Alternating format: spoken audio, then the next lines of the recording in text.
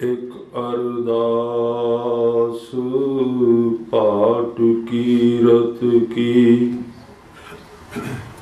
ਗੁਰੂ ਰਾਮਦਾਸ ਰਾਖੋ ਸਰਨਾਈ। ਤੇਰੇ ਕਵਨ ਕਵਨ ਗੁਣ ਕਹਿ ਕਹਿ ਗਾਵਾਂ। ਤੂੰ ਸਾਹਿਬ ਗੁਣੀ ਨਿਦਾਨਾ। ਤੁਮਰੀ ਮਹਿਮਾ ਵਰਨ ਨਾ ਸਾਕੋ। ਤੂੰ ਠਾਕੁਰ ਊਚ ਭਗਵਾਨਾ। ਮੈਂ ਮੂਰਖ ਕੀ ਕੇਤਕ ਬਾਤ ਹੈ। ਕੋਟ ਪਰਾਦੀ ਤਰਿਆ ਰੇ। ਗੁਰੂ ਨਾਨਕ ਜਿਨ ਸੁਣਿਆ ਵੇਖਿਆ। ਸੇ ਫਿਰ ਗਰਭਾਸ ਨਾ ਭਰਿਆ ਰੇ। ਸੁਣੀ ਅਰਦਾਸ ਸੁਆਮੀ ਮੇਰਾ। ਸਰਬ ਕਲਾ ਬਣ ਆਈ। ਪ੍ਰਗਟ ਭਈ ਸਗਲੇ ਜੁਗ ਅੰਤਰ। ਗੁਰੂ ਨਾਨਕ ਕੀ ਵਡਿਆਈ। ਸੋ ਕਹੋ ਟਲ ਗੁਰ ਸੇ ਅਹਨਿਸ ਸਹਜ। ਦਰਸ਼ਨ ਪਰਸਿਆ ਜਨਮ ਮਰਨ ਦੁਖ। ਹੋਵੈ ਸਿਫਤ ਖਸਮ ਦੀ ਨੂਰ ਅਰਸ਼ੋਂ। ਤੁਧ ਡਿਠੇ ਸੱਚੇ ਪਾਤਸ਼ਾਹ ਮਲ ਜਨਮ ਜਨਮ ਦੀ। ਸੱਜਣ ਸੱਚਾ ਪਾਤਸ਼ਾਹ ਸਿਰ ਸ਼ਾਹਾਂ ਦੇ। ਜਿਸ ਪਾਸ ਬੈਠਿਆ ਸੋਹੀਐ ਸਭਨਾ ਦਾ। ਜਿਸ ਪਾਸ ਬੈਠਿਆ ਸੋਹੀਐ ਸਭਨਾ ਦਾ। ਸਤਨਾਮ ਵਾਹਿਗੁਰੂ ਸਾਹਿਬ ਜੀਓ। ਹਉ ਤਿਸ ਕੋਲ ਕੁਮਾਇਆ। ਗੁਰਮਤਿ ਹਿਰਦੈ ਗਰੀਬੀ ਆਵੈ। ਹਉ ਤਿਸ ਕੋਲ ਕੁਮਾਇਆ। ਪਰ ਨਾਰੀ ਦੇ ਨੇੜ ਨਾ ਜਾਵੈ। ਹਉ ਤਿਸ ਕੋਲ ਕੁਮਾਇਆ। ਪਰ ਦਰਬੈ ਨੂੰ ਹੱਥ ਨਾ ਲਾਵੈ। ਹਉ ਤਿਸ ਕੋਲ ਕੁਮਾਇਆ। ਪਰ ਨਿੰਦਾ ਸੁਣ ਆਪ ਹਟਾਵੈ। ਹਉ ਤਿਸ ਕੋਲ ਕੁਮਾਇਆ। ਸਤਿਗੁਰ ਦਾ ਉਪਦੇਸ਼ ਕਮਾਵੈ। ਹਉ ਤਿਸ ਕੋਲ ਕੁਮਾਇਆ। ਥੋੜਾ ਸਮੈ ਥੋੜਾ ਹੀ ਖਾਵੈ। ਗੁਰਮੁਖ ਸੋਈ ਸਹਿਜ ਸਮਾਵੈ। ਹਉ ਸਦਕੇ ਤਿੰਨਾ ਗੁਰ ਸਿੱਖਾਂ। ਸਤਿਗੁਰ ਨੂੰ ਮਿਲ ਆਪ ਗਵਾਇਆ। ਹਉ सदके तिन्ना गुर सिखां करन उदासी अंदर माया।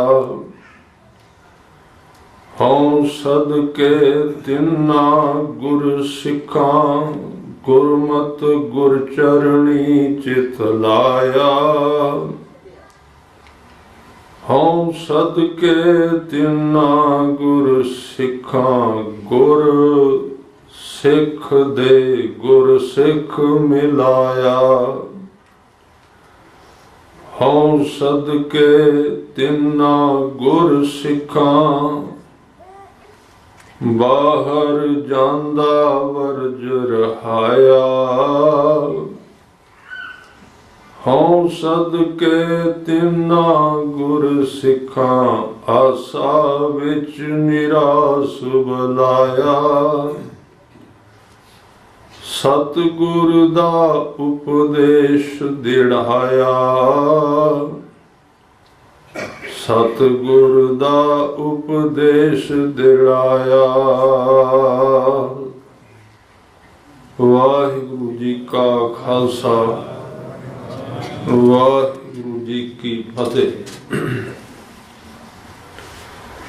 सतगुरु गरीब नवाज पातशाह दसां पातशाहियां दे प्रतख स्वरूप अकाल मूरत लोक परलोक दे रखियक समर्थ गुरु श्री गुरु ग्रंथ साहिब महाराज जी दे चरना विच जुड़ बैठे सत्कारयोग सन्मानयोग साध संगत जीओ। अकाल पुरख वाहिगुरु दी बख्शिश होई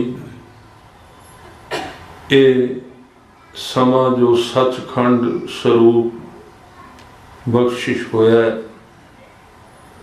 सतगुरु ने आप कृपा करके अपने चरना विच बहन दा सुभाग बख्शिश कीता है। भाई गुरदास जी द्वारा उच्चारण कीतियां हुई 12वीं वार विचों 4 नंबर और 6 नंबर 2 पौड़ी, क्योंकि 94 पौड़ियां दी विचार ये आपां करनी है एक सब्जैक्ट दे अनुसार। अज दे इस चौथी पौड़ी विच गुरसिख दे गुण जो दे अंदर सुभाव दे रूप विच प्रगट हो जाते नाम द्वारा ਉਹਦੀ अंदर दी तस्वीर ਇਹਦੇ ਵਿੱਚ खिंची गई है कि गुरसिख दी अंदरली तस्वीर किवें। एक साडे शरीर दी फोटो है तस्वीर है, एक साडी तस्वीर। इन्हां दो चीज़ां नूं वखरे समझ लेना बहुत जरूरी है, क्योंकि जिहड़ी इस कैमरे दी पकड़ विच आउंदी वो साडी तस्वीर नहीं। वो ते मां बाप दे संयोग द्वारा एक हड्ड मास नाड़ियां दा पिंजरा रचिया गया ते सारी जिंदगी असी इनू अपना आप समझ के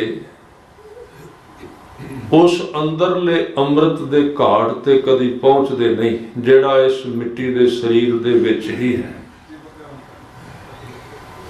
साडी प्रीत इस मास मिट्टी दे रेगिस्तान नाल बनी हुई। असी इस रेत विच खुश रहने हैं,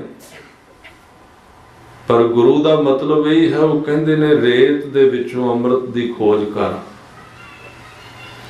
आ जिहड़ा शरीर मास जे तू इहदा एक्सरे कराए, जे तू इहदा अल्ट्रासाउंड कराए, इहदे विचों की निकलेगा? वो दस देणगे किहड़ा किहड़ा विटामिन इहदे विच किन्ना है, मास किन्ना है, फैट किन्नी है, कैल्शियम किन्ना है। एक एक चीज गिन के दसणगे भी इस शरीर दे विच इन्ना है, पर उन्हां दा विज्ञान तैनूं ये नहीं दस सकेगा भी इस सारे ढांचे नूं पिछे कौन बह के चला रहा। उसनूं गुरु साहब ने कहा, ए शरीरा मेरिया हर तुम मैं जोत रखी, तां तू जग मैं आया। ਕਹਿੰਦੇ ਨੇ ਆ ਤੇਰਾ ਸਰੀਰ ਵੀ ਤਾਂ ਤੁਰ ਰਿਹਾ, ਇਹਦੇ ਪਿੱਛੇ ਜੋਤ ਹੈ, ਕੱਲਾ ਨਹੀਂ ਤੁਰ ਸਕਦਾ ਹੈ। ਰੱਬ ਨਾ ਕਰੇ ਕਈ ਕਈ ਬੱਚੇ ਜਨਮ ਲੈਂਦੇ ਨੇ, ਕਿਤੇ ਐਕਸੀਡੈਂਟਲੀ ਜਨਮ ਲੈਣ ਲੱਗਿਆ, ਜਨਮ ਤੋਂ ਪਹਿਲਾਂ ਹੀ, ਸਵਾਸ ਲੈਣ ਤੋਂ ਪਹਿਲਾਂ ਹੀ ਉਹਨਾਂ ਦੀ ਮੌਤ ਹੋ ਗਈ। ਬੱਚੇ ਨੇ ਪੂਰਾ ਜਨਮ ਲਿਆ, ਉਹਦੇ ਹੱਥ ਪੈਰ ਉਂਗਲਾਂ ਅੱਖਾਂ ਨੱਕ ਪੂਰੇ ਨੇ। ਲੋਕਾਂ ਨੂੰ ਪਤਾ ਸੀ ਇੱਥੇ ਕਿਸੇ ਬੱਚੇ ਨੇ ਜਨਮ ਲੈਣਾ, ਉਹ ਫੋਨ ਕਰਕੇ ਪੁੱਛਦੇ ਨੇ ਵੀ ਵਧਾਈ ਦਈਏ, ਪਰ ਜਿਹਨੇ ਅੱਗੋਂ ਕਹਿਣਾ ਸੀ ਵੀ ਵਧਾਈ, ਉਹ ਵਧਾਈ ਦੀ ਥਾਂ ਤੇ ਕੀਰਨੇ ਪਾਉਂਦਾ ਹੈ। ਪੁੱਛਿਆ ਜੀ ਕਿਉਂ? ਕਹਿੰਦੇ ਨੇ ਜਨਮ ਨਹੀਂ ਹੋਇਆ। ਉਹਨੇ ਕਿਹਾ ਜਨਮ ਤੇ ਹੋਇਆ, ਸਰੀਰ ਦਾ ਹੋਇਆ ਇਕੱਲੇ ਦਾ, ਪਰ ਵਧਾਈ ਕਿਉਂ ਨਹੀਂ ਮਿਲੀ, ਖੁਸ਼ੀ ਕਿਉਂ ਨਹੀਂ ਹੈ? ਕਿਉਂਕਿ ਵਿੱਚ ਜੋਤ ਨਹੀਂ। ਵਧਾਈ ਕਿਹਨੂੰ ਮਿਲਦੀ, ਮੁਬਾਰਕ ਕਿਹਨੂੰ ਮਿਲਦੀ? ਜੋਤ ਨੂੰ, ਸਰੀਰ ਨੂੰ ਨਹੀਂ ਮਿਲਦੀ। ਸਰੀਰ ਤੇ ਇਕੱਲਾ ਆ ਗਿਆ ਤੇ ਮੌਤ। ਜਿੱਥੇ ਵਧਾਈ ਸੀ ਉੱਥੇ ਦੁੱਖ। ਕਿਉਂ? ਸਰੀਰ ਤਾਂ ਪੂਰਾ ਹੈ, ਸਰੀਰ ਦੇ ਵਿੱਚ ਵਰਤਣ ਵਾਲਾ ਵਿੱਚ ਨਹੀਂ ਹੈ, ਇਸ ਕਰਕੇ ਸਰੀਰ ਕੁਝ ਨਹੀਂ ਕਰ ਰਿਹਾ। ਸਚਾਈ ਇਹ ਹੈ ਕਿ ਬੰਦੇ ਦਾ ਸਰੀਰ ਬਦਬੂ ਤੋਂ ਤਾਂ ਬਚਿਆ ਰਹਿੰਦਾ, ਉਹਦੇ ਵਿੱਚ ਜੋਤ ਵਿਚਰ ਰਹੀ ਹੈ। ਜੇ ਉਹ ਨਿਕਲ ਜਾਏ 24 ਘੰਟਿਆਂ ਬਾਅਦ ਸਰੀਰ ਬਦਬੂ ਮਾਰਨ ਲੱਗ ਪਿਆ। ਉਹਦੇ ਵਿੱਚ ਇੱਕ ਸ਼ਕਤੀ ਹੈ ਜਿਹੜੀ ਸਾਨੂੰ ਸੰਜੀਵ ਰੱਖਦੀ ਹੈ। ਸਾਰੀ ਖੋਜ ਗੁਰਬਾਣੀ ਦੀ ਉਸ ਸਾਡੇ ਅੰਦਰਲੀ ਉਸ ਵਸਤੂ ਦੀ, ਏਕ ਵਸਤ ਬੂਝੈ ਤਾਂ ਹੋਵੇ ਪਾਕ, ਬਿਨ ਬੂਝੇ ਤੂੰ ਸਦਾ ਨਾ ਪਾਕ। ਉਹਦੀ ਖੋਜ ਕਰ ਅੰਦਰੋਂ, ਜੋ ਤੇਰੇ ਵਿੱਚ ਸਮਾਇਆ, ਬਾਹਰੋਂ ਨਹੀਂ ਕਿਤੇ ਲੱਭਣਾ। ਗੁਰੂ ਗ੍ਰੰਥ ਸਾਹਿਬ ਜੀ ਦੀ ਸਾਰੀ ਬਾਣੀ ਕਹਿ ਰਹੀ ਹੈ ਵੀ ਇੱਥੋਂ ਤੱਕ ਸਤਿਗੁਰੂ ਕਹਿੰਦੇ ਨੇ ਮੈਂ ਵੀ ਤੇਰੇ ਵਿੱਚ ਹੀ ਹਾਂ। ਤੂੰ ਜੇ ਮੇਰੇ ਕੋਲ ਆਇਆ ਨਾ, ਇਹ ਤੇ ਮੇਰਾ ਬਾਹਰਲਾ ਸਰੂਪ ਹੈ, ਤੂੰ ਮੈਂ ਤੈਨੂੰ ਸਿਰਫ ਦੱਸਣਾ ਹੈ ਵੀ ਤੂੰ ਅੰਦਰ ਕਿਵੇਂ ਜਾਣਾ। ਤੂੰ ਆਪਣੇ ਅੰਦਰ ਵਾਪਸ ਅੱਖ ਕਰਕੇ ਵੇਖ, ਮੈਂ ਤੇਰੇ ਵਿੱਚ ਹਾਂ। ਤਾਂ ਹੀ ਕਲਗੀਆਂ ਵਾਲੇ ਪਾਤਸ਼ਾਹ ਨੇ ਕਿਹਾ ਵੀ ਤੂੰ ਮੈਨੂੰ ਬਾਹਰੋਂ ਨਾ ਲੱਭੀ, ਬਾਹਰੋਂ ਤੇ ਮੈਂ ਤੈਨੂੰ ਸਿਰਫ ਥੋੜਾ ਜਿਹਾ ਨਕਸ਼ਾ ਬਣਾ ਕੇ ਦਿੱਤਾ ਹੈ 10 ਸਰੀਰ ਧਾਰਨ ਕਰਕੇ। ਬਾਹਰੋਂ ਤੇ ਤੈਨੂੰ ਮੈਂ ਸਿਰਫ ਆਪਣੀਆਂ ਸੜਕਾਂ ਦਸੀਆਂ ਵੀ ਮੈਂ ਕਿੱਥੇ ਰਹਿਣਾ। ਗੁਰੂ ਗ੍ਰੰਥ ਸਾਹਿਬ ਜੀ ਦੀ ਬਾਣੀ ਵਿੱਚ ਦੱਸਿਆ ਮਹਾਰਾਜ ਤੁਸੀਂ ਕਿੱਥੇ ਰਹਿੰਦੇ ਹੋ। ਤੇ ਸਤਿਗੁਰੂ ਨੇ ਕਿਹਾ ਖਾਲਸਾ ਮੇਰੋ ਰੂਪ ਹੈ ਖਾਸ, ਖਾਲਸੇ ਮੈਂ ਹੂੰ ਕਰੋ ਨਿਵਾਸ। ਗੁਰੂ ਰਹਿੰਦਾ ਕਿੱਥੇ? ਸਾਡੇ ਵਿੱਚ ਰਹਿੰਦਾ, ਬਾਹਰ ਥੋੜੀ। ਪਰ ਬੰਦੇ ਨੂੰ ਇਹ ਪ੍ਰਵਾਨ ਨਹੀਂ ਕਿ ਗੁਰੂ ਮੇਰੇ ਵਿੱਚ ਰਹੇ। ਉਹ ਕਹਿੰਦਾ ਮੈਂ ਮਨਮਾਨੀ ਕਿਵੇਂ ਕਰਾਂਗਾ ਜੇ ਗੁਰੂ ਨਾਲ ਹੈ। ਇੱਕ ਬੜੀ ਪੁਰਾਣੀ ਕਹਾਣੀ ਹੈ। ਬੰਦਾ ਉਸ ਰੱਬ ਦੀ ਖੋਜ ਵਿੱਚ ਸਦਾ ਹੀ ਰਿਹਾ ਹੈ, ਜਿਹੜਾ ਰੱਬ, ਜਿਹੜਾ ਗੁਰੂ ਬੋਲੇ ਨਾ, ਜਿਹੜਾ ਗੁਰੂ ਟੋਕੇ ਨਾ। ਸ਼ਾਇਦ ਇਸੇ ਕਰਕੇ ਇਸ ਧਰਤੀ ਤੇ ਪੱਥਰ ਦੇ ਰੱਬ ਬਣਾਏ ਗਏ, ਨਾ ਬੋਲਣ ਨਾ ਪੁੱਛਣ ਕਿੱਧਰੋਂ ਆਏ। ਅਸੀਂ ਉਹ ਗੁਰੂ ਲੱਭਨੇ ਆ ਜਿਹੜਾ ਬੋਲੇ ਨਾ, ਜਿਹੜਾ ਗੱਲ ਨਾ ਕਰੇ।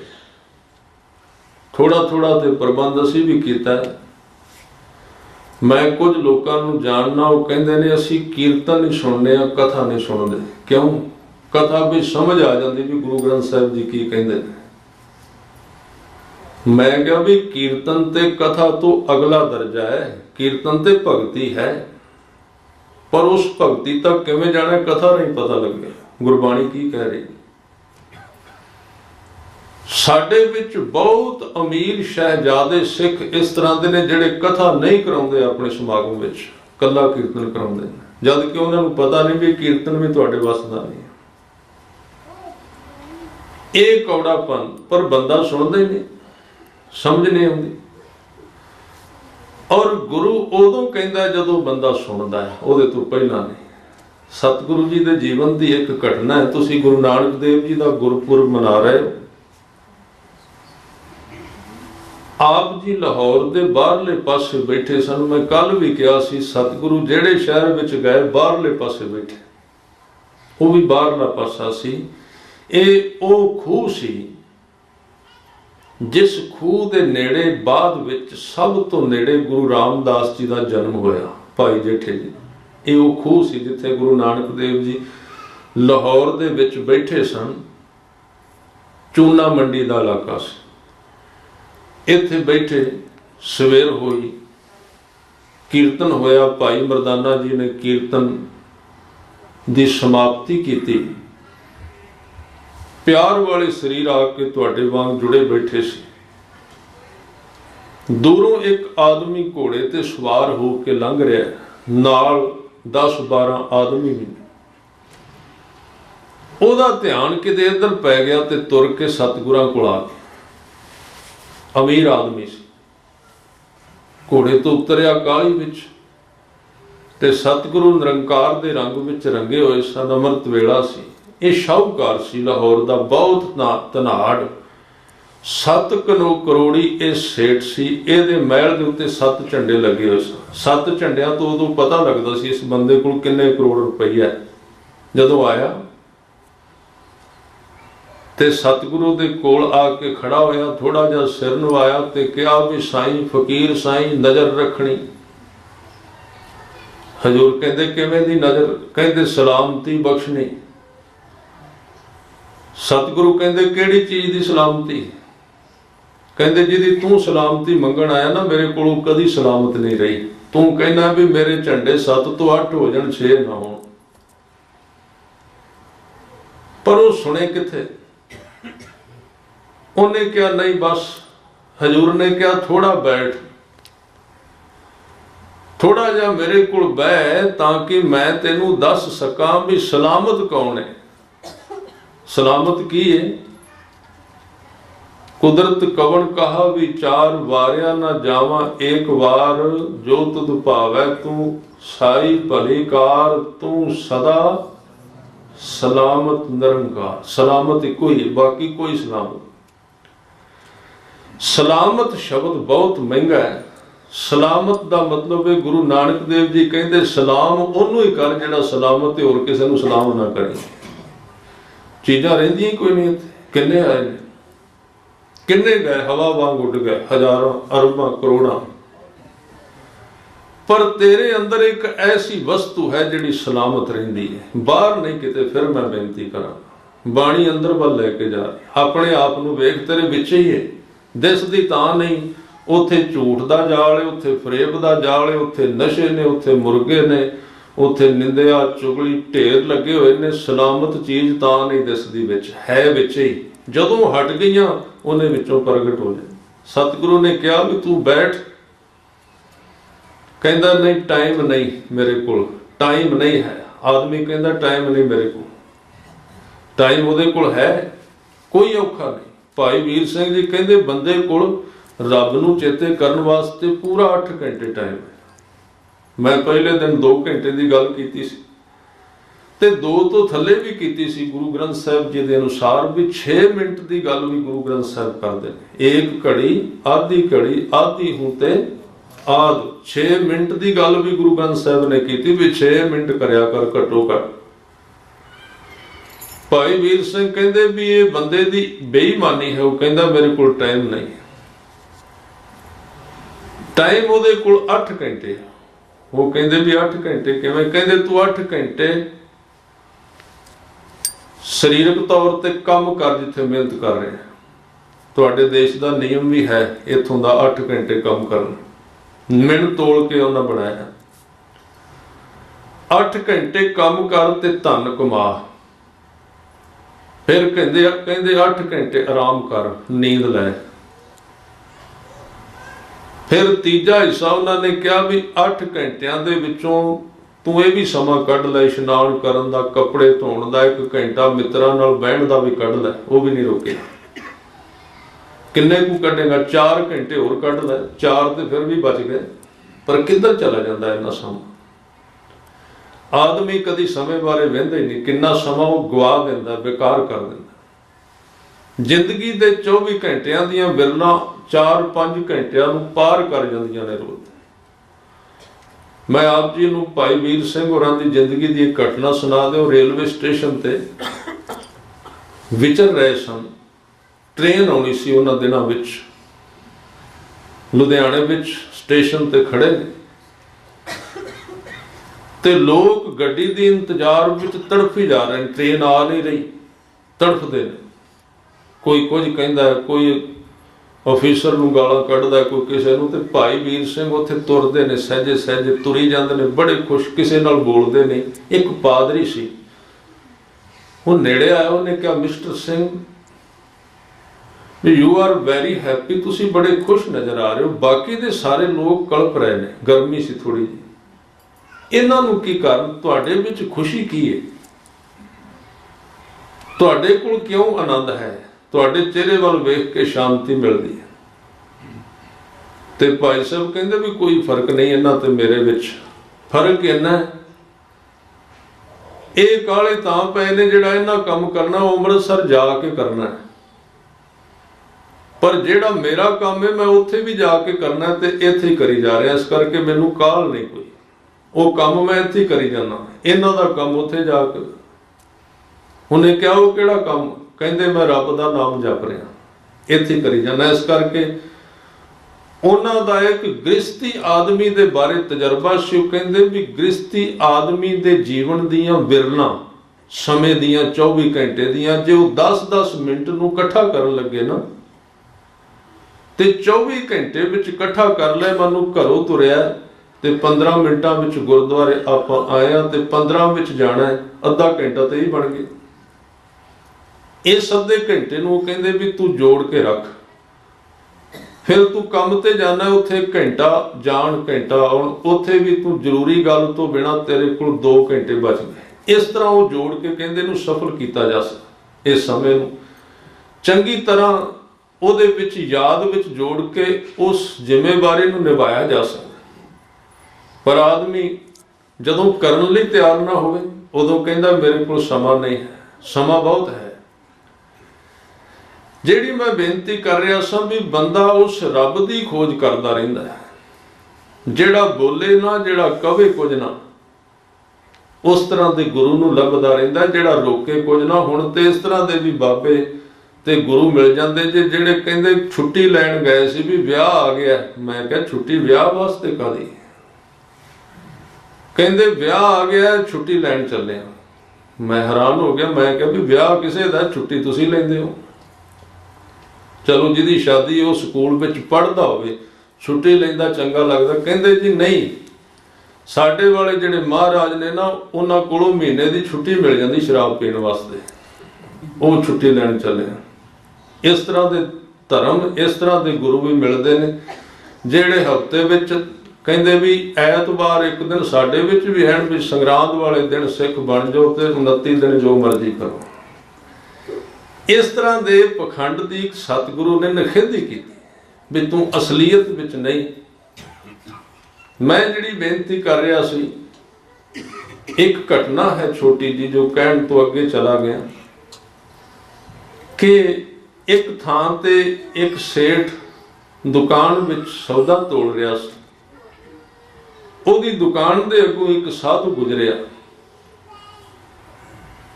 ते जदों दुकान दे अगों गुजर रहा सी, उस सेठ ने सोचा साधु है, इहदे कोलों कुछ लै लवां।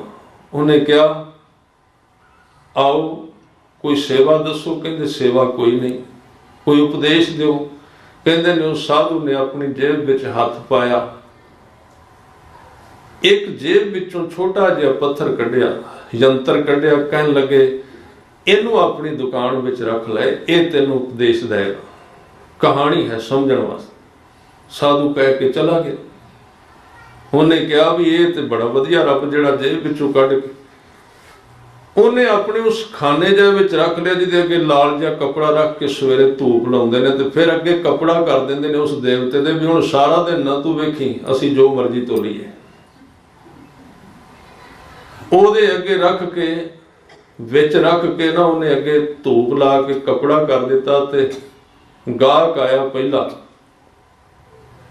ਹੁਣ ਜਦੋਂ ਗਾਹਕ ਆਇਆ ਤੇ ਉਹਨੇ ਕੰਡੇ ਦੇ ਥੱਲੇ ਪਾਸਕੂ ਵੱਜਾ ਹੋਇਆ ਸੀ, ਭਾਰ ਵੱਜਾ ਸੀ, ਸੌਦਾ ਘੱਟ ਤੋਲਦਾ ਸੀ। ਜਦੋਂ ਤੋਲਣ ਲੱਗਾ ਨਾ ਤੇ ਕਹਿੰਦੇ ਵੀ ਉਹ ਜਿਹੜਾ ਸਾਧੂ ਨੇ ਪੱਥਰ ਦਿੱਤਾ ਸੀ ਉਹ ਬੋਲ ਪਿਆ।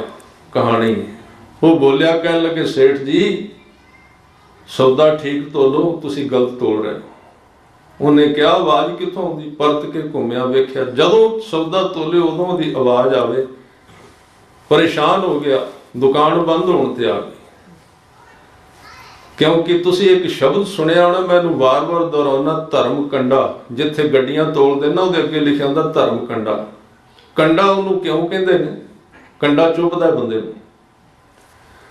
ਬੜੇ ਲੋਕ ਸਾਨੂੰ ਵੀ ਕਹਿੰਦੇ ਵੀ ਇਹੋ ਜਿਹੀ ਕਥਾ ਕਰਿਆ ਜੇ ਜਿਹਦੇ ਨਾਲ ਸਵਾਦ ਆਵੇ। ਮੈਂ ਕਿਹਾ ਵੀ ਗੁਰੂ ਗ੍ਰੰਥ ਸਾਹਿਬ ਤੇ ਕਹਿੰਦੇ ਧਰਮ ਕੰਡਾ, ਕੰਡਾ ਚੁੱਭਦਾ, ਸਵਾਦ ਥੋੜੀ ਦਿੰਦਾ। ਉਸ ਧਰਮ ਨੂੰ ਧਰਮ ਨਾ ਸਮਝਣਾ ਜਿਹੜਾ ਤੁਹਾਡੇ ਮਨ ਦੇ ਅਨੁਸਾਰ ਤੁਹਾਡੀ ਸਹੂਲਤ ਪੈਦਾ ਕਰਦਾ। ਆ ਪਿੱਛੇ ਜੇ ਤੁਸੀਂ ਬੜੇ ਪ੍ਰਚਾਰਕਾਂ ਨੂੰ ਡਾਲਰਾਂ ਨਾਲ ਤੋਲ ਕੇ ਘੱਲਿਆ ਇੱਥੋਂ, ਪਤਾ ਕਿਉਂ? ਉਹਨਾਂ ਤੁਹਾਨੂੰ ਕੰਡਾ ਨਹੀਂ ਚੁਭਾਇਆ, ਤੁਹਾਡੇ ਉੱਤੇ ਫੁੱਲ ਵਰਸਾਏ ਨੇ, ਭਾਵੇਂ ਗਲਤੀ ਜਾ ਰਹੇ ਸੀ ਜਿੱਥੇ ਅਸੀਂ ਗਲਤੀ ਵੀ ਕਰਦੇ ਸੀ। ਉਹਨਾਂ ਕਿਹਾ ਮਨ ਸਾਫ਼ ਹੋਣਾ ਚਾਹੀਦਾ, ਅੰਮ੍ਰਿਤ ਵੇਲੇ ਜਾਗਣ ਦੀ ਲੋੜ ਹੀ ਕੋਈ ਨਹੀਂ ਹੈ, ਅੰਮ੍ਰਿਤ ਛਕਣ ਦੀ ਕੋਈ ਲੋੜ ਨਹੀਂ, ਮਨ ਸਾਫ਼ ਰੱਖੋ, ਜੋ ਮਰਜ਼ੀ ਕਰੋ, ਕੇਸ ਕਟਾਓ, ਮਨ ਸਾਫ਼ ਕਰੋ। ਪਰ ਧਰਮ ਤੇ ਉਹ ਸਾਨੂੰ ਸਵਾਦ ਲੱਗਾ, ਬੜਾ ਸਵਾਦ ਆਇਆ ਵੀ ਇਸ ਤਰ੍ਹਾਂ ਦੇ ਧਾਰਮਿਕ ਉਪਦੇਸ਼ਕ ਤੇ ਕਦੀ ਲੱਭੇ ਨਹੀਂ।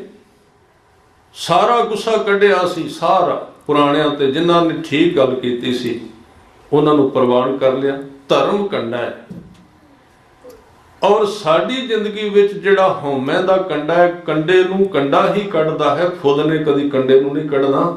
ਸਤਿਗੁਰੂ ਕਹਿੰਦੇ ਸਾਖਤ ਹਰ ਰਸ ਸਾਧ ਨਾ ਜਾਣਿਆ, ਤਿੰਨ ਅੰਤਰ ਹਉਮੈ ਕੰਡਾ ਹੈ। ਅੰਦਰ ਕੰਡਾ ਸੀ। ਉਹ ਸੇਠ ਜੀ ਤੰਗ ਆ ਗਿਆ, ਕਹਿਣ ਲੱਗੇ ਜੀ ਉਸ ਫਕੀਰ ਨੂੰ ਲੱਭਦੇ ਫਿਰਨ, ਲੱਭੇ ਨਾ। ਇੱਕ ਦਿਨ ਫਿਰ ਲੰਘਦਾ ਮਿਲ ਗਿਆ, ਦੌੜ ਕੇ ਗਿਆ, ਉਸ ਫਕੀਰ ਦੇ ਪੈਰੀਂ ਪਿਆ, ਨਾਲੇ 100 ਰੁਪਈਆ ਰੱਖ ਕੇ ਅੱਗੇ ਮੱਥਾ ਟੇਕਿਆ। ਕਹਿਣ ਲੱਗੇ ਜੀ ਲੈ ਜਾਓ ਆਪਣਾ ਰੱਬ, ਸਾਨੂੰ ਨਹੀਂ ਚਾਹੀਦਾ ਹੈ। ਕਹਿੰਦੇ ਕਿਉਂ? ਕਹਿੰਦੇ ਇਹ ਤੇ ਬੋਲਦਾ ਹੈ। ਕਹਿੰਦੇ ਤੁਹਾਨੂੰ ਕਿਵੇਂ ਦਾ ਚਾਹੀਦਾ ਹੈ? ਕਹਿੰਦੇ ਜਿਹੜਾ ਬੋਲੇ ਨਾ ਉਹ ਚਾਹੀਦਾ, ਜੋ ਪੁੱਛੇ ਕੁਝ ਨਾ। ਉਹ ਸਾਡੇ ਮੰਦਰ ਵਾਲਾ ਦੇਵਤਾ ਚੰਗਾ ਹੈ, ਫੁੱਲ ਰੱਖਾ ਵੀ ਦੇ ਨੇ, 10 ਰੁਪਏ ਦੇਈਦੇ ਨੇ, ਮੌਜ ਕਰ, ਨਾ ਉਹ ਸਾਨੂੰ ਕੁਝ ਕਵੇ ਨਾ ਉਹਦੇ ਤੋਂ ਕੁਝ ਪੁੱਛੀਏ। ਗੁਰੂ ਨਾਨਕ ਦੇਵ ਜੀ ਨੇ ਸਾਨੂੰ ਐਸੇ ਰੱਬ ਨਾਲ ਜੋੜਿਆ ਹੈ, ਸਦ ਸੁਣਦਾ ਸਦ ਵੇਖਦਾ ਸ਼ਬਦ ਰਹਾ ਭਰਪੂਰ। ਗੁਰੂ ਗ੍ਰੰਥ ਸਾਹਿਬ ਜੀ ਸਾਨੂੰ ਬੋਲ ਕੇ ਪਿਆਰ ਨਾਲ ਵੀ ਸਮਝਾਉਂਦੇ ਨੇ, ਫਿਰ ਕਿਤੇ ਕੌੜਾ ਵੀ ਬੋਲਦੇ ਨੇ। ਔਰ ਮੈਂ ਬੇਨਤੀ ਕਰਾਂ, ਜਦੋਂ ਇੱਥੋਂ ਤੁਹਾਨੂੰ ਕੋਈ ਕੌੜੀ ਗੱਲ ਸੁਣੀ ਜਾਏ, ਉਹਦੇ ਅਰਥ ਕਦੀ ਵੀ ਇਹ ਨਾ ਸਮਝਣਾ ਵੀ ਇੱਥੋਂ ਕੋਈ ਕੌੜੀ ਗੱਲ ਜਾਣ ਕੇ ਕਹੀ ਜਾ ਰਹੀ। ਉਹ ਇੱਕ ਜਿਵੇਂ ਝਿੜਕ ਹੈ, ਜੇ ਗੁਰ ਝਿੜਕੈ ਤਾਂ ਮਿੱਠਾ ਲੱਗੈ, ਜੇ ਬਖਸ਼ੇ ਤਾਂ ਗੁਰ ਵਡਿਆਈ। ਔਗਣ ਸਾਰਿਆਂ ਵਿੱਚ ਨੇ। ਇਹ ਨਾ ਸਮਝਣਾ ਵੀ ਕੁਝ ਅਸੀਂ ਥੋੜੇ ਜਿਹੇ ਕੱਪੜੇ ਉਸ ਤਰ੍ਹਾਂ ਦੇ ਪਾ ਲਏ, ਤੁਸੀਂ ਨਹੀਂ ਪਾਏ। ਇਹ ਚੀਜ਼ਾਂ ਮਨੁੱਖ ਵਿੱਚ ਰਹਿੰਦੀਆਂ, ਉਹ ਅੰਦਰ ਕਿਤੇ ਨਾ ਕਿਤੇ ਹੁੰਦੀਆਂ ਨੇ। ਉਹਦੇ ਵਾਸਤੇ ਅਰਦਾਸ ਕਰਨੀ, ਉਹਨੂੰ ਪ੍ਰਵਾਨ ਕਰਨਾ ਚਾਹੀਦਾ। ਗੁਰੂ ਨਾਨਕ ਦੇਵ ਸੱਚੇ ਪਾਤਸ਼ਾਹ ਜੀ ਦੀ ਗੱਲ ਕਰ ਰਿਹਾ ਸੀ।